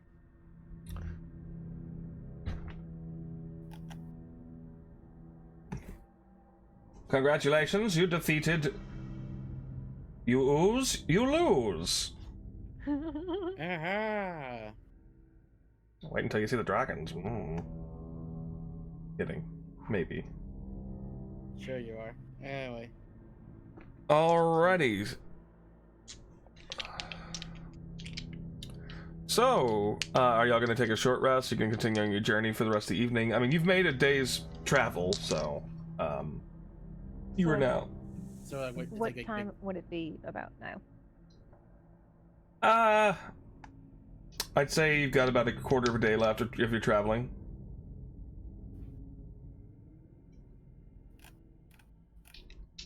I don't know about you guys, but I'm a small, squishy boy. Well, yeah. So I'm assuming you are hurt to 20. I'm at 18 out of 40. Yeah, Well- that, y'all didn't expect me to throw Cloud Kill at you, did you? I wasn't sure what's gonna happen if I try to breathe in it. Anyway. Yeah. Well, you still take damage even if you hold your breath in Cloud Kill. Oh boy. Yeah. Mark through that encounter. Alright, so I guess I just kind of go up to Vintok and just goes, are we gonna try to keep moving or? I suppose we should try to finish out the day and get our full travel in. Okay. Sorry. He kind of goes over to Eddie and we'll pump a 3rd level cure wounds. I am not injured. You should do that to Bluka. Over to Bluka, I mean. I bet to say Bluka. Yeah, half of the damage to Bluka was done by Letty. Yeah, I was also going to cure wounds if you didn't, but you're desirable. Well, just basically, yeah, like we'll slowly get that arrow like out of your shoulder and like pump cure Okay, wounds hold on. while I'm at it. Hold on, let me. I put the bandana back in my teeth. Go. Just that way, just hold on a sec. And Vintok walks over and yanks the arrow out for you. And immediately pump in that cure wounds in, and you heal for 18. Oh, Builds thank you. character. Good job. Fuck you. Meanwhile, Oh, I'm covered in black goo. prestidigitation. You see the goo just go. That was very However- sanitized of them. However, Colton does still smell like that. I'm kidding. No! All right, the day of travel comes to a conclusion, and you pick out a spot to rest the night. Go ahead and give me. Yeah, you guys pick out a spot to rest for the night, and your rest goes out off uneventfully. Go ahead and mark another long rest. You all notice that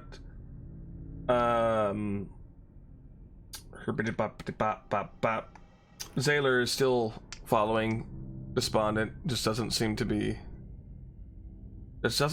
with it, just seems to be out of it. I imagine he's somewhat catatonic right now. Yeah. Yeah, we'll just try to give him. Well, at least Colton will try to give as much like attention and like try to keep him like up in spirit as best they can. doesn't seem to respond, but he tried. Don't try. Right. Anyways. I keep an eye on him over my shoulder. Out of character, this is DM speaking. I'm just basically just saying that just shell of a person isn't really contributing anything, just for the sakes of narrative on why Sailor's not doing anything. So I'm aware. It's just that we're just trying to keep him at least nice in spirit until Lucia gets it back in here. Yeah. Hopefully. Okay. It is the dawn of the next morning, gray and dreary. I need someone to roll a d10 for me.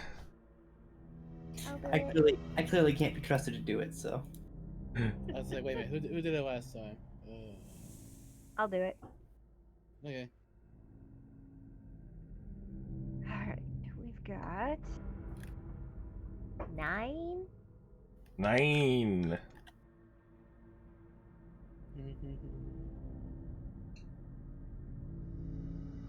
The day started out clear, but as you journeyed on, clouds seemed to roll in and just cast a gray shadow about the day.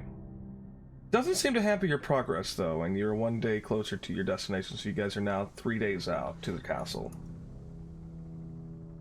That's good. It seems to start getting larger and larger on the horizon. Still very far off, very, very far off, but closer. You bed down for the night. The night passes uneventfully.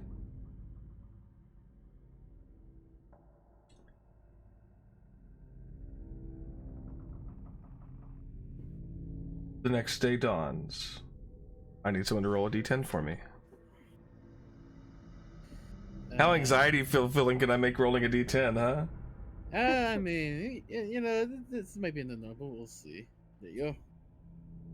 A 5. 5. Okay. Don't mind that roll then. As you awaken, the clouds are still up in the air. There also seems to be a cloud lingering all around you. It seems to be fog, but also not quite fog. You start hearing whispers in the fog, the screams of what sound like fallen people. I need you all to roll a Constitution saving throw for me. I was like, we're not going to Barovia! Fuck you!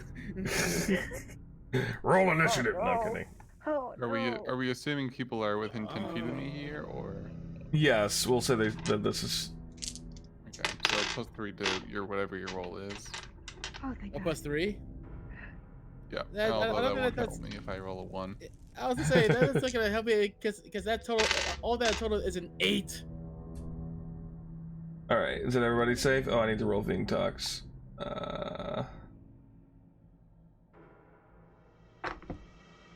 He's fine.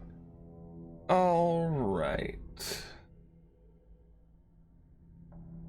Just waiting on Letty. Okay. It's just a +3, right? Yeah. Okay. Oh no, what's gonna happen to me and Letty? Everyone except Letty passed. Well, actually, let me roll for Sailor, I failed. suppose. I definitely failed. No, you didn't. Oh, I because you rolled don't get the +3. That's right, do you? I mean, it's already added. Oh. No, Sailor succeeded. Okay. Everyone except for Letty and Geddon succeeded. Listening to these screams throughout the day just weighs on your mind, and you feel sluggish and tired. You gain 1 point of exhaustion. Oh, good to know. I figured this was a bit nicer though than the wake up in the morning, roll a wisdom save. Oh no, you're apathetic. Gotcha, I mean, gotcha. honestly, I prefer the wisdom save. Well, I mean, that was totally random chance that you had to even roll that. So instead of the wisdom save literally every morning. Yeah, I also prefer a wisdom save because I actually have a plus in that. Actually, yeah. The only reason I did Constitution was because of just having to endure the constant whispering in the ears. You know what? If this one rolls again, we'll actually change that to wisdom going forward. Because that makes more. That makes more sense. No, it makes more sense. I mean, if nothing else happens on this day, we're gonna rest and clear off that exhaustion anyway. So. Yeah. You travel throughout the day, just listening to those whispers, and you're really thankful for that bedroll that night. If I notice that they're starting to slow down and wear down, I'm gonna look over at Colton, make eye contact, and just start gradually slowing down my steps so that we don't have to walk super fast. Because I know that they will figure it out with me. They just have like other worriness of like your day. Feeling of like no. You have another. The ones at the bed. You have yet another day of uneventful travel outside of really fucking weird whispers, man. You are now 2 days away from the castle. I hear voices in my head. Do they like me? Maybe. I don't know. And your rest passes without issue. So no more exhaustion. No more exhaustion. Okay. I actually dynamically rolled the table to see if that would give you an encounter or not, and it didn't. I was like, okay, a little pointless, but hey, you know, it's a little anxiety. Not as much as the last episode of CR, but you know. Oh my god. I know, right? Anyway, I need someone to roll a d10. I believe Gedden wanted to. Yeah, I said you want to count Gedden's roll because he rolled like. Well, let him roll now. Oh, go ahead. Go ahead, Gedden. Yep, roll me a d10. Looks like it's gonna be a 9. 9. That was a good one last time. We could be switching them up. I don't trust them. Go ahead. You see? And roll a d6 for me. Okay.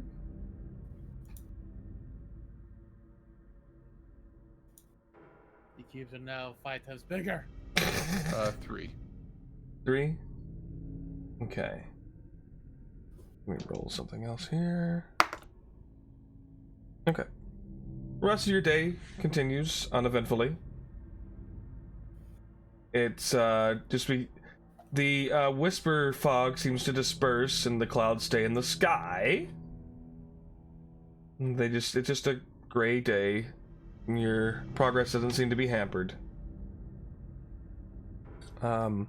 As you all bed down for the evening, I'd like you all to make a stealth check for me.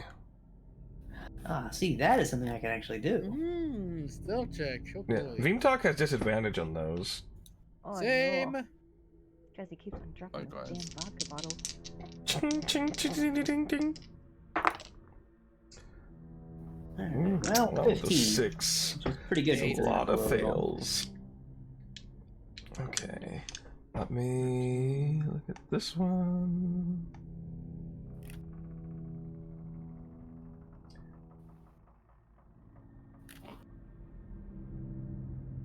My brain is being dumb. Perception is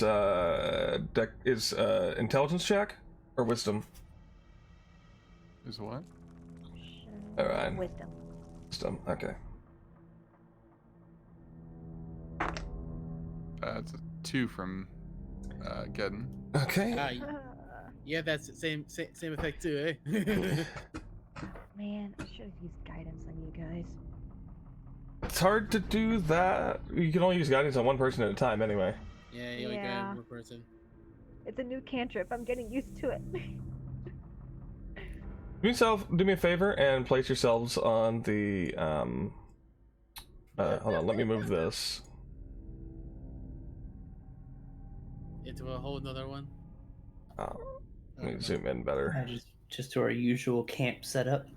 Yeah. Oh, I'm moving the map and not the screen. I hate when that happens. Okay. So if you'll place yourselves on that.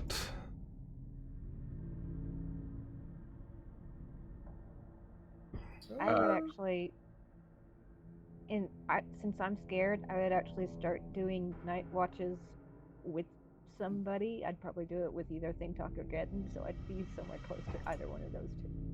Like right here? Yeah, that'll work. Okay. We'll just have Zaylor like right over here. I would say like, it probably in one Right of the over tents. here. Yeah, Yeah, in the tent. Yeah, say in the tent, That makes sense. sleeping. Yeah, Letty will be the farthest away. We'll from just the say fence. we'll take him off the map for right now. Non-combatant. Gotcha. Obviously, Alright. no one wants to share that much space with Lycan, so Letty and Lycan are probably on the south bedroll, close to the tree. On- No, that's not a On the bedroll. That's a trunk. contrary. But yeah. That's a trunk. But you're gonna be over here, right? Yeah. Okay. And Oh, I then see. Lycan's Letty gonna be for next to one. you. Gotcha. Okay. Letty, for one, knows exactly how cuddly Luca is and how cuddly he is with Lycan, so that is a false statement. Got just doing Thank you very sprints much. around the whole encampment. Again, where do you want to be? Leftmost bedroll. Log. Okay. I'll sit on the right log then. Okay. All right. Who's taking first watch? I'll take the last watch. Who's taking first watch? I guess I can take first watch. Okay. And what is your passive perception? 18. Okay. Good to know. All right. Go ahead and give me a perception check. Natural 20. Yes! Nice. So that's a About- 28 if you need the actual number. About here, you see a shuffling motion, a sort of, it looks like a plant, and it's really strange to see, ignore that ping, a plant in this area.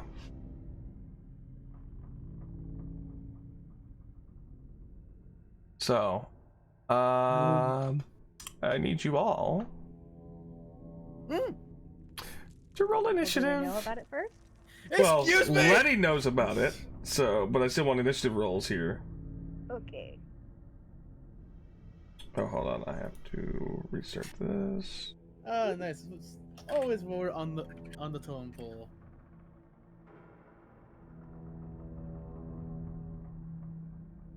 Not bad. Unhide you so I can roll it. I'm gonna hide Zaylor so it doesn't show him. So encounter and run. Plant your feet firmly. Alright, that was 15 for Gadden. Why does it hide the game log? I hate that every time. 20 for Luca. Letty, yours is 16 total? 19 total. 19 total? Colton, what's your total?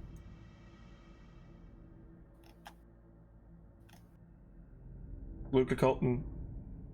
Dunpa. My initiative is 5. Oh, okay. I thought that said custom for a second. Okay, my bad. And then...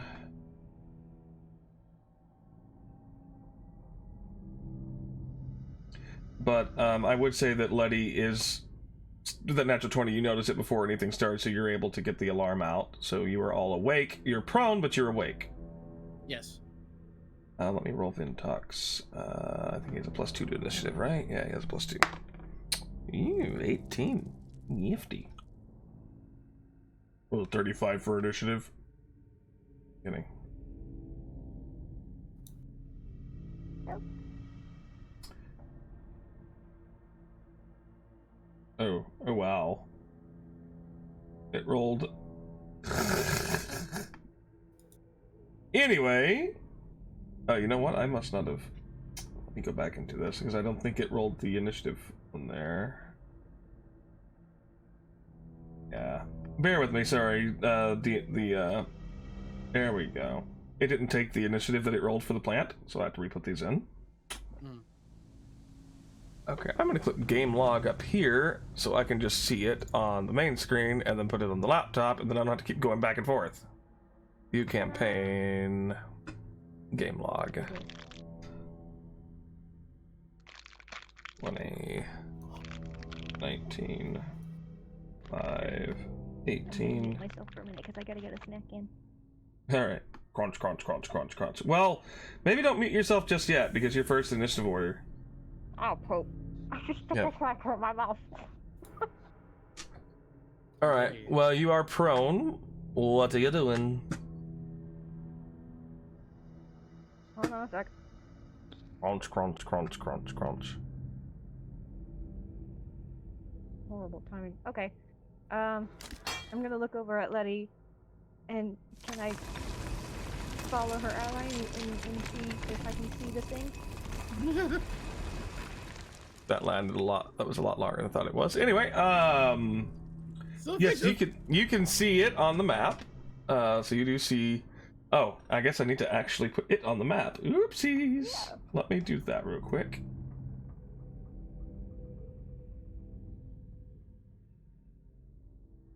See. Oh wait, I need to save it on the desktop, not on the laptop. Ah! No. Da. This one is called Plant Your Feet Firmly. Boo. It's called what? Plant your feet firmly.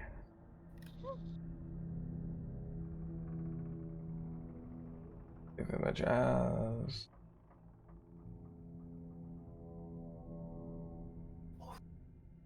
Sorry, I didn't expect us to have. I mean, I knew it was a possibility that we could have an extra combat or two, but anyway. It depends on the roll of the dice. That's all Mhm. it is. It's the risk you run when you have encounter tables. Yeah. Mhm. Are we finding a Christmas tree? I'm gonna say it's like right not a here. Christmas tree. It's probably a Oh, boy. What'd you say? Probably a what? I said it's probably a shambling mound. Okay. Oof. That looks really weird. Anyway, I'm gonna leave it not showing light because, anyway, hard to see over there. So, yeah. Yeah, but Beluga has dark vision though, right? So you can still see it. Yeah, it's the one Uh, thing I took from the elven feature. Okay. Go I ahead. have dark vision as well. Okay. So we will say that this is dim light. So keep that in mind. Okay. All right. It's your turn. What are you doing? Freaking out? Yes. Obviously. Alrighty, I am.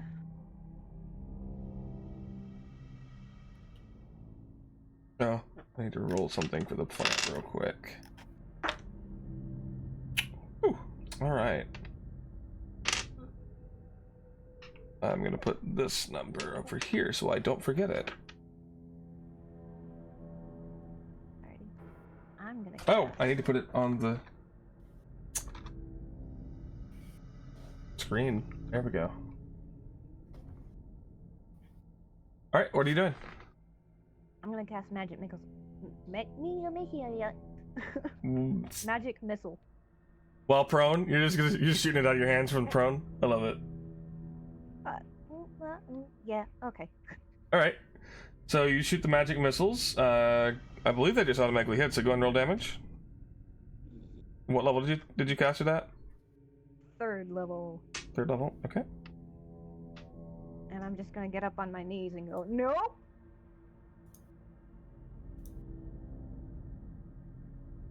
Let me just double check magic missile real quick.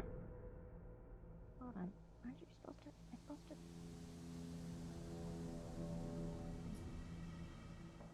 to. Okay. So you're basically it makes one more dart, so that's 4 total darts.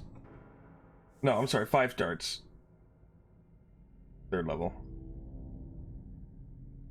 That's right. Okay. Yeah. It was 4 points of damage for the first one. Okay. Just give me your total of all of that. Another 5.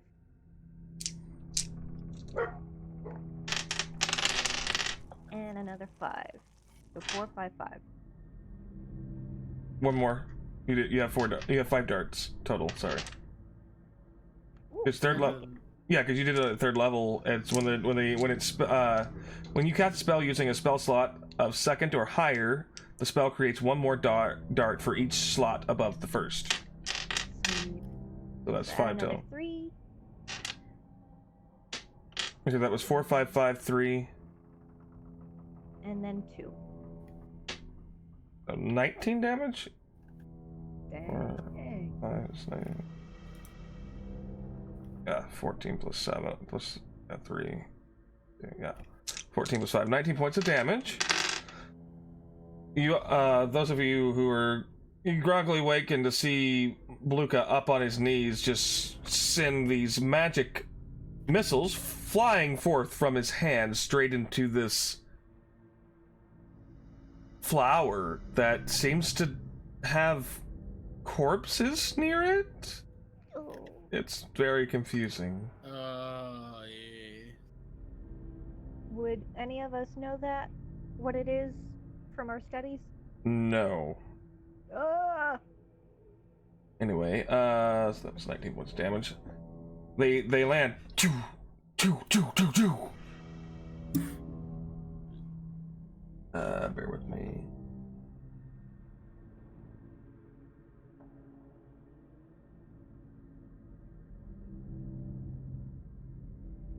Okay. Alrighty. That is the end of your turn, or are you doing anything else? I'm double checking.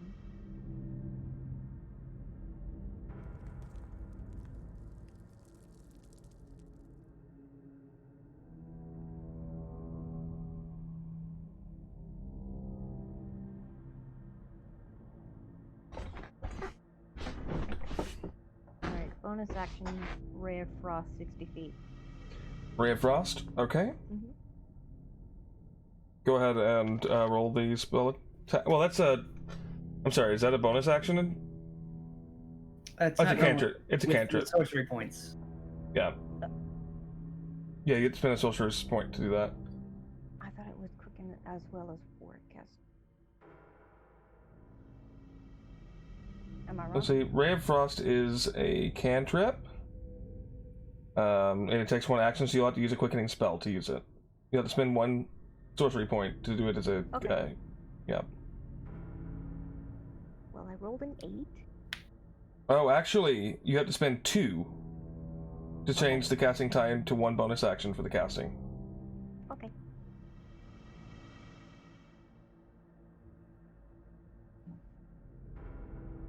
Okay, so if you're going to mark those points off and go ahead and roll a spell attack. I rolled an 8. An 8. Unfortunately, does not hit. You release the. You quickly try to release the ray of frost from your hand, but as you're not fully back up, it kind of goes wide and freezes the roof of the tent. Ah! Sorry. Sarah, Still waking Sarah up. now suddenly feels cold. That is the end of your turn. Letty, it's your go, and Vintok is on deck. All right. Well, Letty's gonna shout out for everyone to You already stay did that. clear.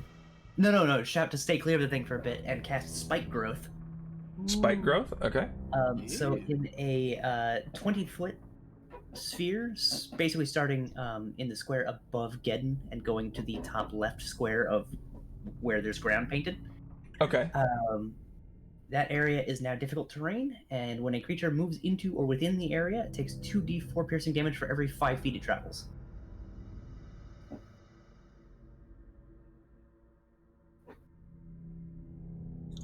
Okay. We'll just do this. You said this spot or left? Yes, starting there and then up and to the left.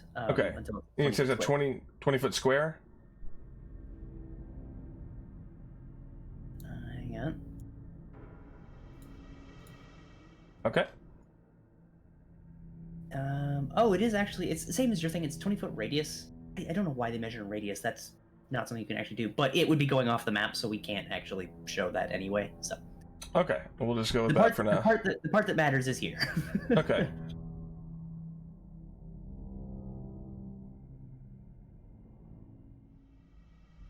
Alrighty. Okay, cool. What else is at the end of your turn? Let me. Just to have a bonus action.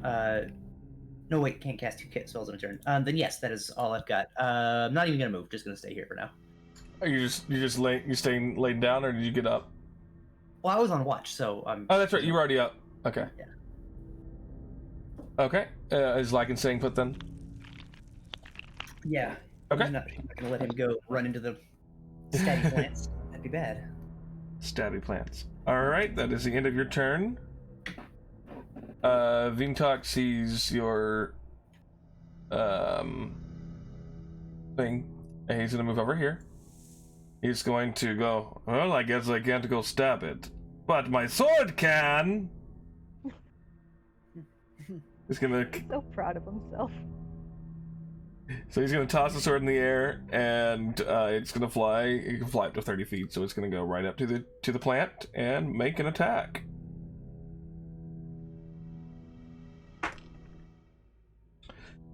Let's see, rolls a 13. 13 hits. Okay. Twice. Alright, 13 hits, and we will do this. That is 1d10 plus 4 damage, slashing. Really? A d10, I rolled a 1.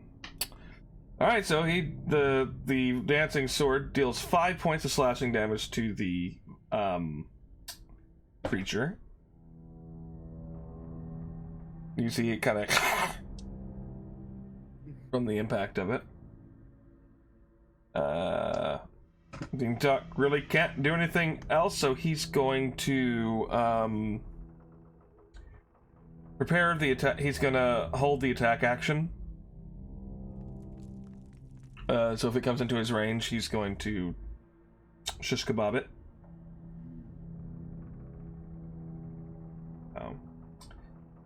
Anyway, that'll be the end of Vintok's turn. It is now Geddon's turn. And the plant is on deck. Or the creature is on deck. The plant creature. Okay. So I can't really get close to it, so I'm going to cast Spiritual Weapon Okay. as a bonus action Where are you casting it? beside the plant. Okay. Freaking love that spell. So good. And I guess I also get to attack with it at the same time, so. Okay.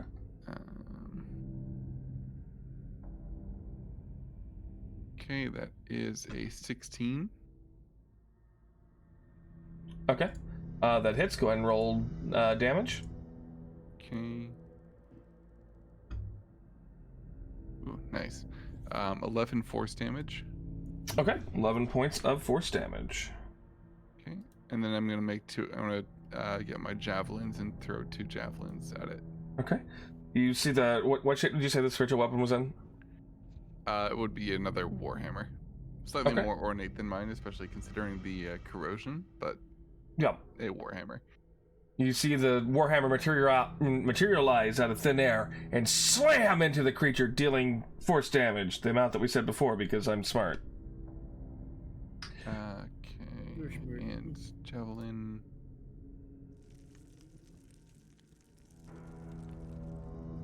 That is a not blocking yet. 23. That hits. Go and roll damage. That'll be 8 damage. Okay. You toss one javelin, it flies through the air and lands in one of the pods of the plant. And you just hear And then a 16 for the second attack. Okay. You said a Does 16 that to hit? hit? You said 16 to hit? Yeah. Yeah, that hits. Okay. Oh. For 7 damage. Okay. You let loose another javelin, and it sinks into the top of it, dealing. You said 6 damage. 7. 7 points of piercing damage? Yeah. Okay. All right. That is the end of your turn? Yep. Okay. It is now the creature's turn. Uber, you said it had to... Does it need to make a save here? Uber? Uber? Sorry, muted myself because my chair is loud. No, it is just difficult terrain, and every 5 feet it moves within that space, it takes damage. How much damage? 2d4 per 5 feet. 2d4 per 5 feet. Okay. Well, it's got 20 feet of movement. It knows that it can't do anything unless it gets close, so it's going to... Well, it says it's a large creature, so I think I've got it a little bit too big on the map, don't I? Larger still just be 5 foot, right? No, Large large is 10 by 10. Yep. So like right here, this is the right size then? Yep. Should Okay. take up two squares in each direction. Okay. Does this count as moving 5 or 10? 10 because difficult terrain. Right. So it can move here. Okay. Yep. Okay, So so it's gonna... Go Uh, ahead and roll the damage on that for me. Yeah, 44. Let me. 11 damage. 11 damage. Okay. Oh, you see it move forward, and they just stab it's stabby plants. You said Yeah, piercing damage. piercing damage. Okay. It moves forward, getting just decimated by these plant caltrops. It's really weird seeing plants in this plane. It's not as strange. Like somehow the creature itself is not as weird as the plants on the ground.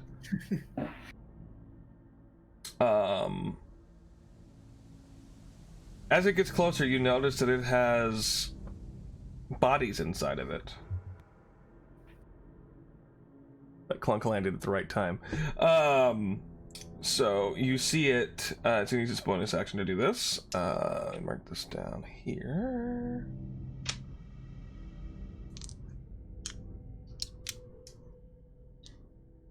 You see it start to dissolve one of the bodies inside of it. And you see it seem to gain some vitality back from dissolving that body. Also, something I double checked just to, possibly give us some strategic options.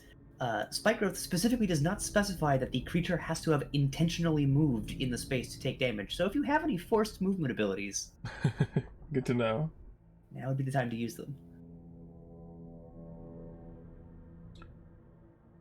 Alrighty, and then in the order of things here, I believe Vintok gets to play Shish Kebab right now. Since it moved into his range and he was holding the attack action. Ooh.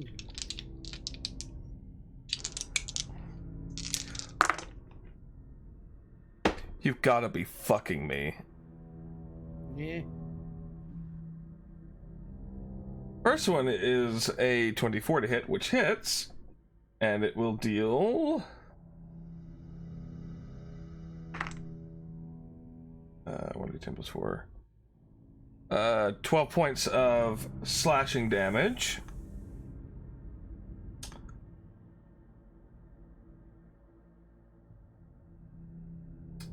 However, Cadden, I need you to make a dexterity saving throw.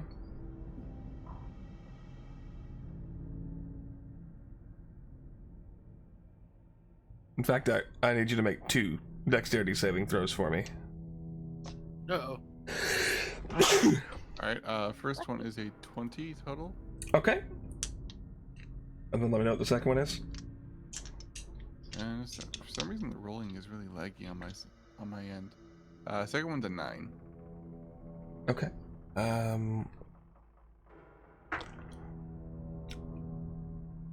Okay.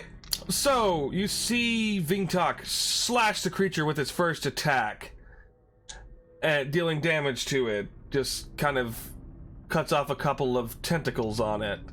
He goes to slash a second time and kind of trips and ends up hitting you. So the first one he kind of swings and just barely misses you. The second one he trips and the last one he trips and lands on you, dealing with the sword 14 points of slashing damage. Okay. Roll double ones. Yep. He rolled a 15 and a 1 and a 1. Yep. Yep. Sorry. He is now prone too. In fact, you're both prone because he fell on top of you. Fucking drunk.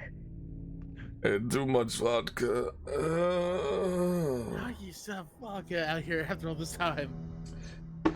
Anyway, bringing it back to the creature's turn that is still in progress. He's going to make 3 tentacle attacks against Vingtalk. Vingtalk is the one that's done the most damage to it so far. It seems to be the biggest threat, despite being on the ground. Oh god, I just realized all 3 of these are with advantage too. Alright, well, tentacle attack number 1.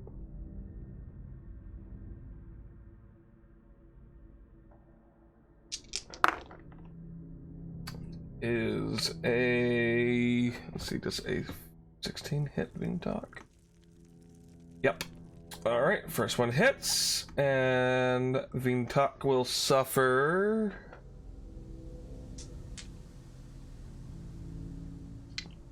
Oh, it's got a 10-foot reach.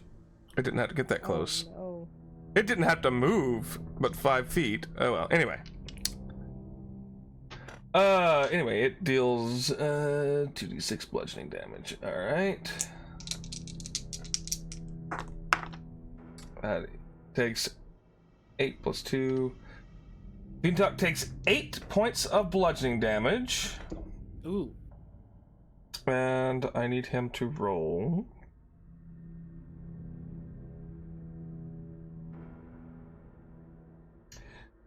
So is this a con save?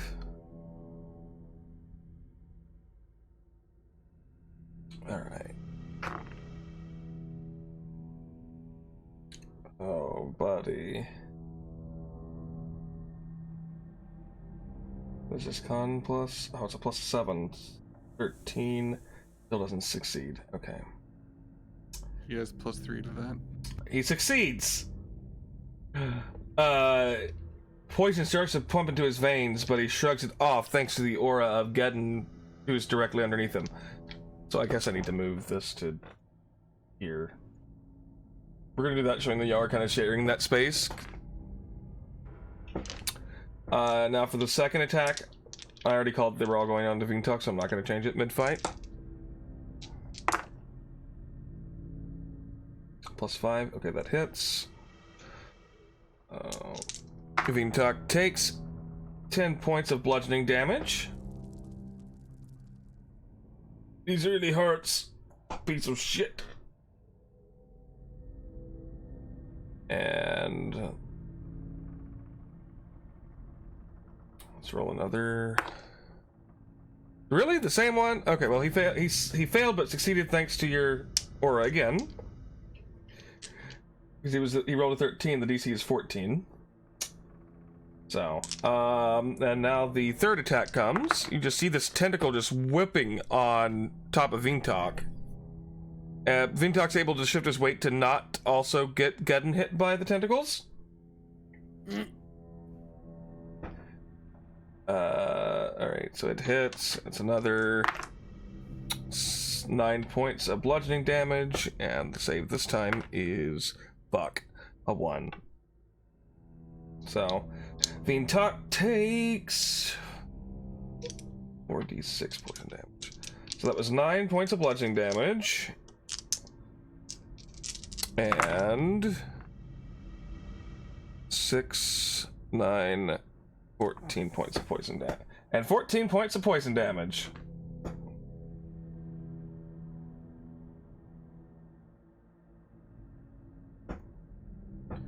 These still doesn't feel so great.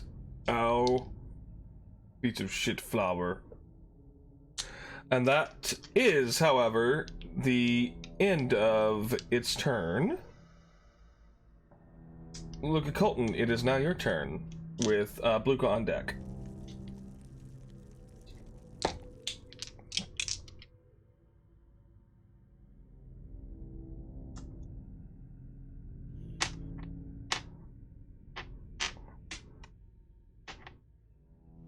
JMP?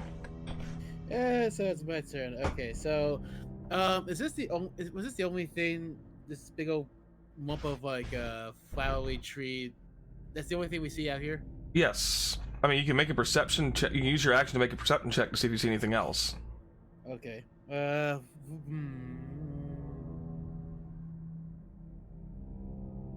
Perception. I might have some more go. And after it's slammed onto Vintok, you kind of hear it going. Yeah. Give me a second, because I would have do daylight, but I read my lesson. I read my lesson on first, and since we're closer to the building. All right, I'll get that perception out of the way. Oh, it's 11. You just see the plant creature.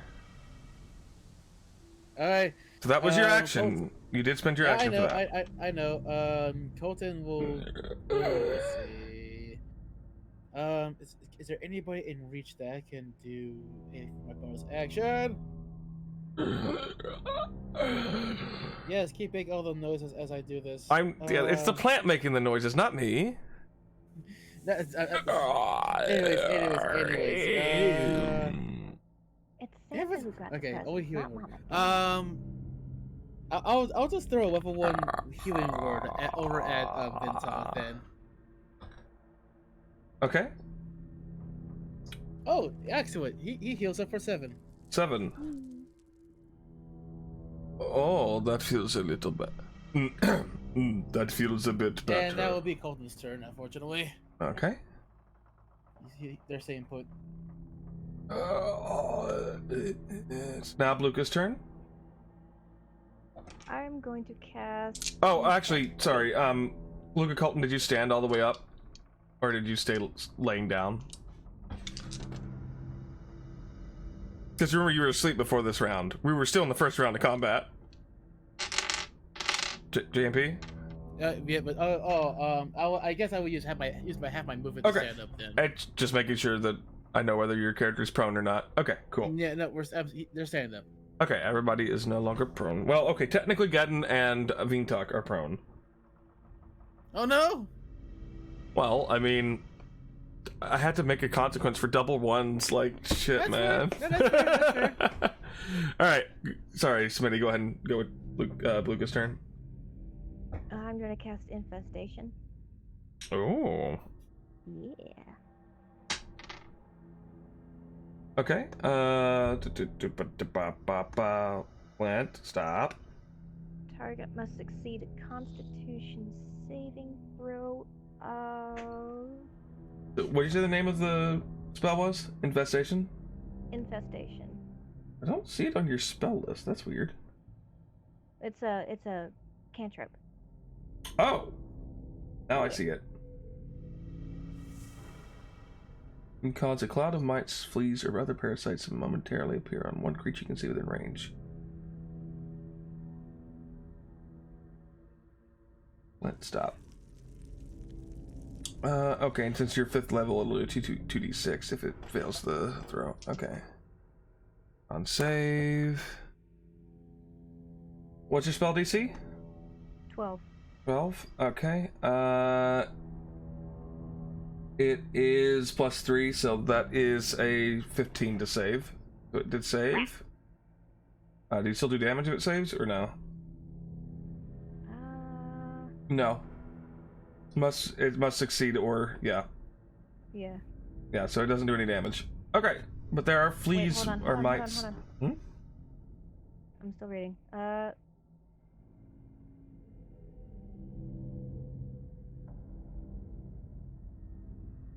This movement doesn't provoke. Okay, yeah, you're right. Yeah. That was my action. Yeah, I think it goes ahead and moves right now. Go ahead and roll a d4.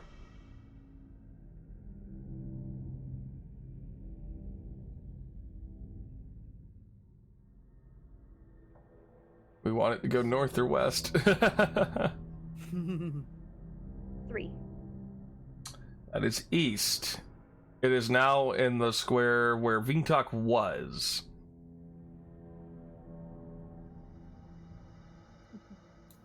Well, that's still 2d4 damage because it's still in that space. Mhm. I'll roll that real fast. Oh, is it because it started your turn in the space? No, because it had to move inside of spike growth. That's not the creature that moved. The cloud of mites, the cloud of mites, fleets, or parasites had to move. Oh, gotcha. I thought they Yeah. forced it to move. Gotcha. Never mind. No. It says. Wait, It says the target must succeed on a concentration saving throw. Oh, never mind. That was the creature. If succeeded the throw, so it didn't have to move. Okay. It's just covered in fleas. Yeah. So the cloud did not move. The creature did not move. Sorry, I misread the spell. That's my bad. So. Anyway, is that the end of your turn? that was my action. Okay. And for my bonus action, Oh, actually, I'm sorry. This is the beginning of your turn. I need a Constitution saving throw. oh frick. Natural Okay. 1 for a 6. Okay, so the infestation didn't happen because you are incapacitated until the end of the turn. Does my head hurt? What's wrong? You, at the start of your turn, you smell this incredible stench. It's the worst smell you've ever smelled. Worse than the smell of Sailor. Just terrible, just disgusting, like, worse than an oops stone. You can't move, you're just... Oh. You're not immune to poison, are you? I am not. Okay. Good to know. All right. So I'm sorry. Unfortunately, that was the end of your turn. I'm sorry. You Okay. didn't use infestation. Sorry. All right, Letty, it's your turn. Vintok's on deck. All right. Lycan is going to move into the left of the Geddon Vintok pile, Okay. and he's going to make a bite attack. Okay. That's a 9, so probably not going to hit. Lycan reaches out to bite, but the smell just kind of messes with it. Like, even though Lycan can't really smell it, it's like the stench is physical. That's all right. He's there, and that's what matters. Okay. First shot is a 10. Does not hit. You let loose an arrow, it flies, and All right, much better. Second shot's a 27. that hits. Go ahead and roll damage. That's pretty bad damage. Give me a sec. Favorite foe on it. Okay. And sneak attack. So a grand total of 8 damage. Your second arrow, instead of hitting the tent, lands true and does damage. You hear That was a whole bunch of minimal, or at least extremely low, on the die damage. That was... okay. That's the end of your turn, though? Are you staying put? Yes. Okay, Vintok will use half his movement to get back up and go right back here. God damn it. I need to lay off the vodka. Anyway, time for you to die. So he uses bonus action to cause the dancing longsword to fly back and attack. Take these. It's a 15 to hit, which hits. So the dancing longsword's 1d10 plus 4.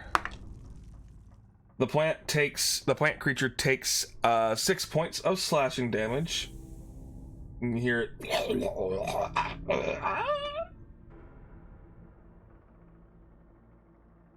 And then Vintok is going to unleash a flurry of blows, but not the actual spell, because that's a monk.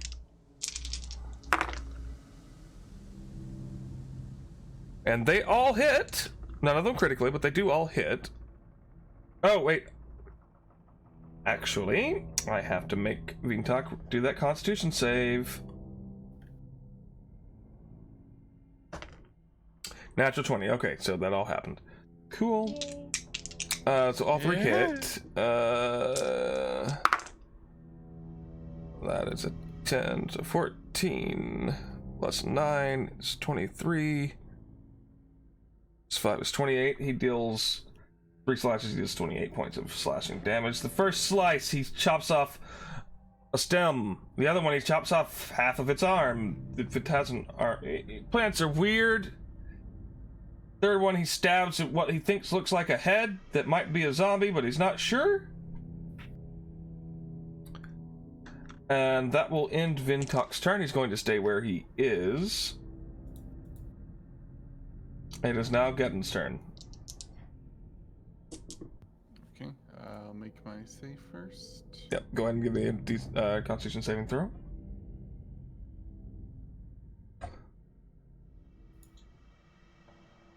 Uh, 20. Sorry, 22. 22. Okay, you save. Okay. You kind of you smell the stench and you're like, I smelled worse. Yeah. Okay. First I will use my bonus action for my spiritual weapon. Okay. Go and roll a damage. Roll attack. Oops, there we go.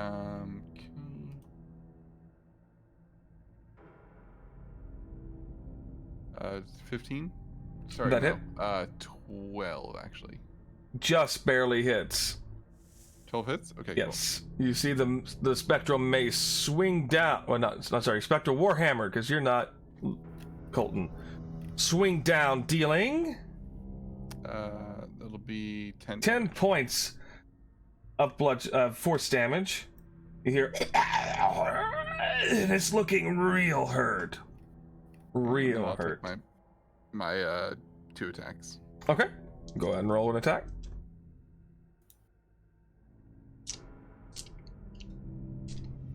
Oof. First one is an 11. I'm gonna guess that misses. Yes, that misses. You swing your actual warhammer, but you're not used to it being a little bit lighter from the corrosion. And you just almost hitting Vintok, and you're like, well, your own fault. Payback's a bitch. And 24 for the second. Okay, that hits. Go ahead and roll damage.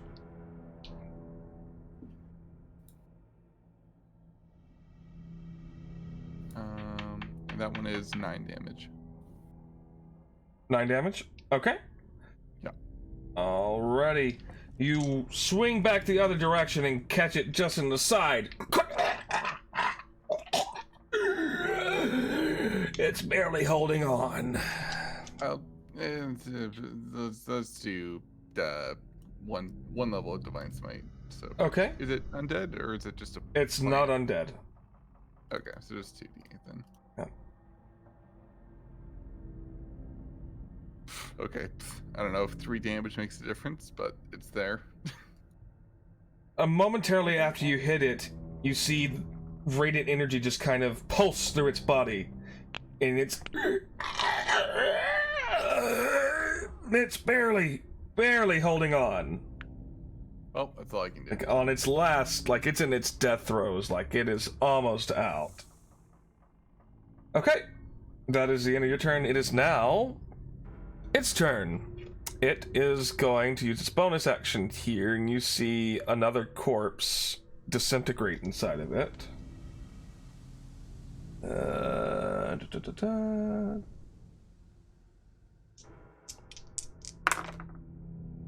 Okay. And it seems to regain some of its lost vitality. And it's annoyed. It's real mad. It's gonna turn towards Geddon and unleash a multi-attack on, or release a tentacle attack on it.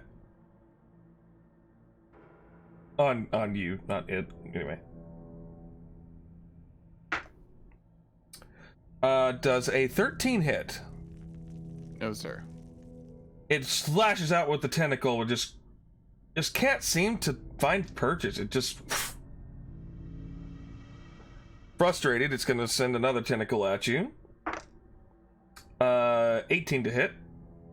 That will barely hit, yes. Okay. You suffer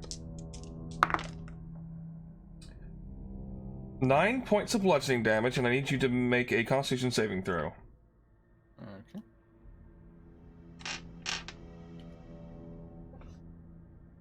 Uh, 23. Or sorry, 21.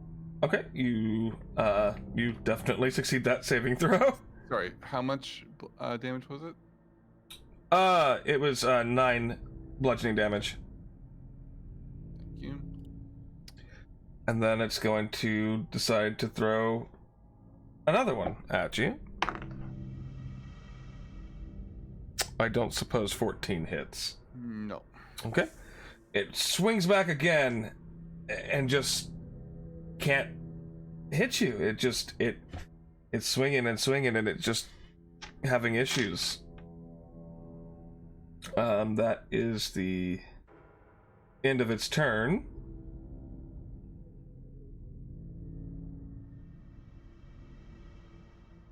It is now Colton's turn. Alrighty then. This thing Alrighty is then. This thing is still breathing, isn't it? Okay. Yes. You Oh, hear it's it. Alright, we're gonna do this in a diagonal form. Colton will stand next to Weddy, and second verse same as the first. Like right here? On the right. Right here? Okay. Yes. Okay. And then again, second verse same as the first. Hold up that hand, and we'll cast Guiding Bolt. Okay, go ahead and roll a spell attack. Oh, that is good. 23. That hits. Go ahead and roll damage. This will be a level 1, so give me some damage. 13 radiant. Okay, 1 second here. JMP, how does it die? It's that same hammer, except that it's more gear looking, kind of a hammer this time, as that guiding bolt will just kind of go right into its body, and you see the radiance going all over the vines and heads, and just you hear a little pop, and it just falls to its side. Okay, you see that bolt streak from the sky, momentarily doing this. Mm-hmm. And the plant falls over, and 3 corpses fall out. Ugh. Oh gosh.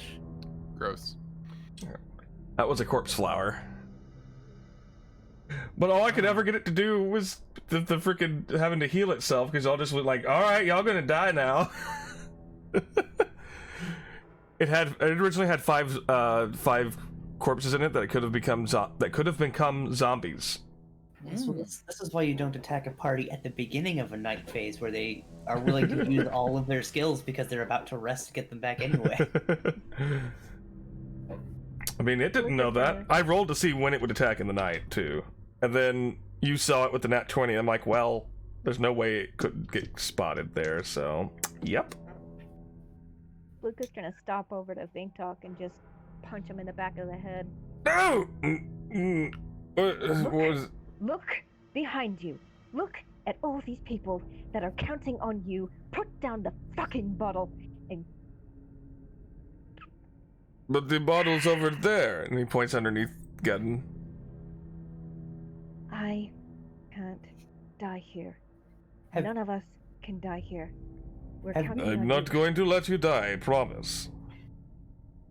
Have we verified that the bottle he's drinking out of isn't actually an alchemy jar? I was saying, you check the contents, see if this thing's like a Do we, never-ending vodka bottle. That's the last bottle I have. And you see him just down the rest of the bottle. Kitten slaps it out of his mouth. No, he literally just said that's the last bottle. Like, that's the literal last one he has. Yeah, Oh. he slaps. Oh, well. At any rate. And it shatters across the ground. It was empty anyway. Let's go to sleep. Not nearly Oh as my empty as that head of goodness. yours, old man. I don't like this place. Anyway, the rest of your rest can goes on without a hitch. Hold on. Well, Gideon and I do watch because I'm mad at Thing Talk. I'm gonna not do my watch with him. I'm gonna do it with Gideon. Okay. Give me your hammer. Me? Yes, you. Okay. I'll hand it over. Let me see if this will work. Oh God, that's heavy. Oh boy. Okay, I'm gonna try some mending. See if that helps. Oh. Okay. Doesn't Appreciate help. it. I can try to help with the mending too, if you need me.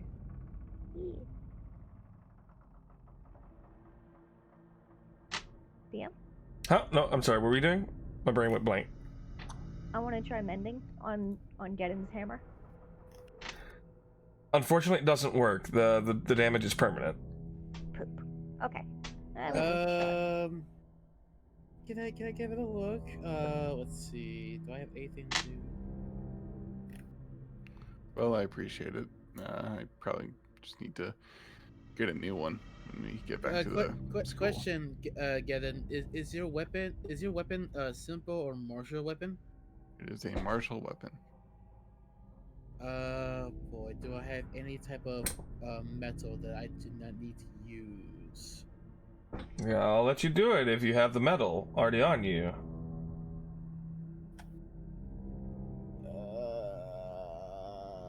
Honest box. Nope, that's not it. Nope. Crap. Yeah, I need some metal of some kind in order to use my channel divinity Artesian's blessing. Yeah, I'm looking at your Would inventory. it be alright if one of us gave him some metal? Do you need metal or you need money? Metal. And this would be an hour-long ritual. I mean, it would have the to be thing we metal create- that. What type of metal does the spell require? It says, you see, you use a channel divinity to conduct an hour-long ritual, craft non-magical item that must be include some metal, a simple martial weapon, a suit of armor, 10 pieces of ammunition, set of tools, or another metal object. The thing you can create can be something that is worth no more than 100 gold pieces. So you just need money. Yeah, actually, no, it does not require money at all. It says some Yeah. metal. So basically, I'm basically reforging your warhammer. In a Oh, you way. can just use the. Yeah, you can use the. I was literally just looking. at Yeah, the I said you can picture just use the today. Warhammer itself. Yeah, just use the Warhammer itself. Okay then. So yeah, Melt down the hammer to make a hammer. It's just it's basically we forging the yeah, it hammer says in a you weird can use way. a simple or martial weapon to do it. says, Yeah. It says as part of it you can lay out metal, which can include coins. So really, as long as I cover the cost in metal coins, it will also. Yeah, but no, I'm saying is that like the requirement is at least a martial weapon, so that's.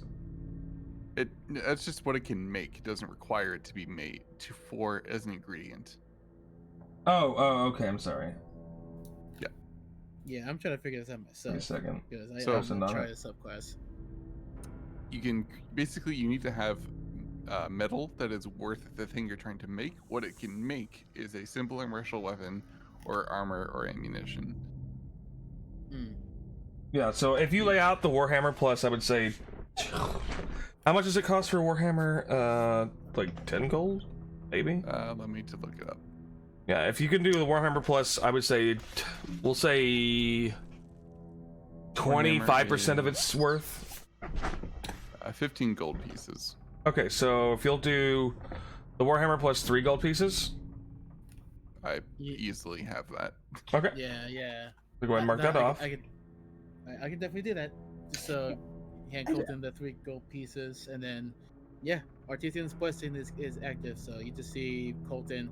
We'll kind of like once in a while like look at your armor set, like almost like the crest of your patron, and like kind of reforge that like reforge the Warhammer and have that same symbol also on the side of the Warhammer as well. So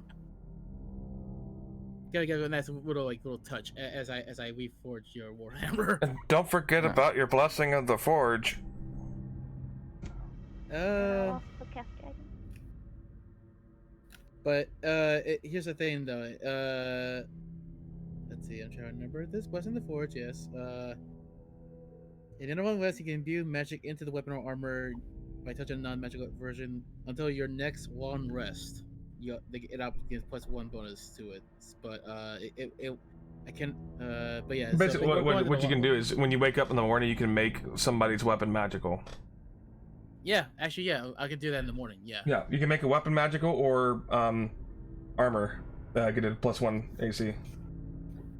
So if that's the case, then when the morning comes, Colton will do the Artisan's Blessing plus Blessing the Forge. Okay. I would say do the Artisan's Blessing before you go to bed, Okay. so that you don't lose that channel divinity in the morning. Yeah. Then I'll do that then. Yeah. I'll just basically do that. Okay. So go ahead and mark out long rest, everybody. Gedden will say, "Thanks. You're not half bad, Angel Boy." Well, no worries. I know that we are both stick together in all this, so it's there's some irony that a half devil and a half angel are working together in this. You're telling me.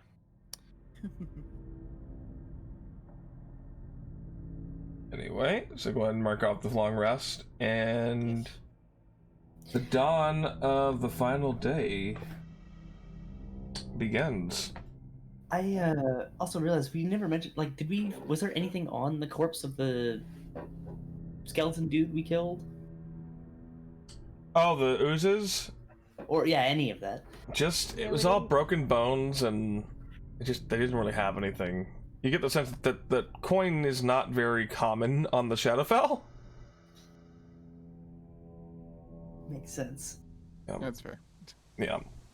The same with the fact that it was a flower carrying corpses. What's it gonna buy? What Anyway, I'm gonna go ahead and clear this out of the campsite. would the corpses have anything on them? What? Would the corpses have anything on them? They just seem to be husks of people that died long ago. Anything they had on them rusted away. Okay.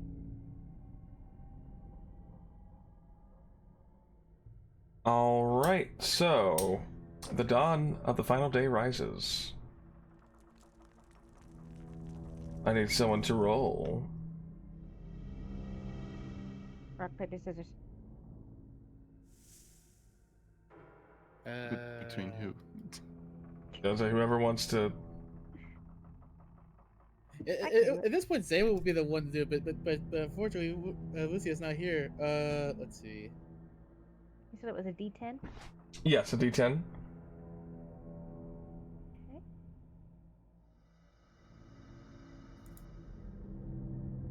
Nine. Again. Okay.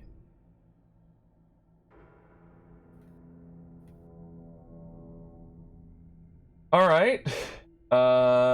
Once again, your travel is unimpeded. The gray stays still very dreary. Sailor seems to just be there, but not there. Really strange. I keep Give me. checking over my shoulder at him just to Yeah, make sure that he's they're still there. still but- there. But go ahead and roll.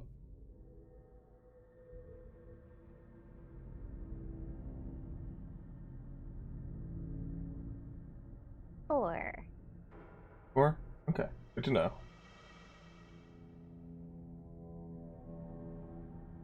The rest of your travel for the day, like I said, unimpeded. You bed down for the night. And that's where we'll pick up next time. All right.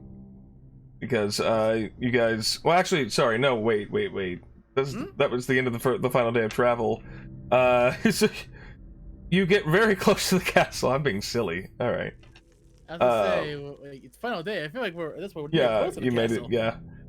Well, are you gonna bed down? Like, do you want to explore the castle, or do you want to bed down near it so you can have a full day? Like, do you want to find a quiet alcove near the castle to rest before venturing forth into the castle? Okay. Skeleton would definitely be. Okay. Yeah. So we will end tonight's session as you make camp for the night. There, I made it work. I made it work. Yeah. So we're next to the castle. We made it. Under normal circumstances, sneaking into the castle at night might give us an advantage. In the Shadowfell, no. Yeah. No. So, be glad y'all didn't roll a 1. I named the weather for that one Ghastly Thunderstorm, Yeesh. Neat. which has an auto roll on my encounter table of 6. The encounter name is Black Dragon Boogaloo. Jeez.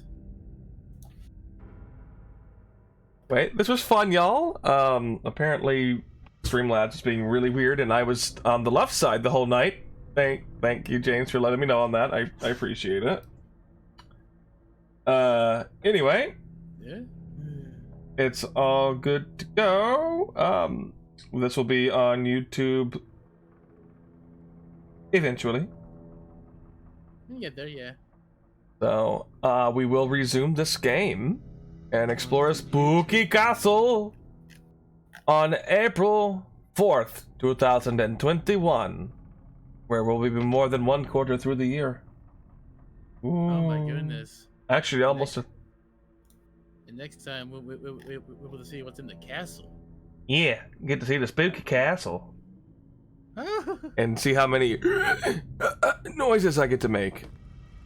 Are we still following those? Especially, Death especially. daisies?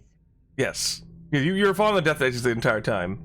That's why I didn't have y'all make any exercise. That's why I didn't have y'all make survival checks, because I'm like, well, they're just following the flowers. Huh. Yeah. So, as always, have a good night, and we'll see you in a month.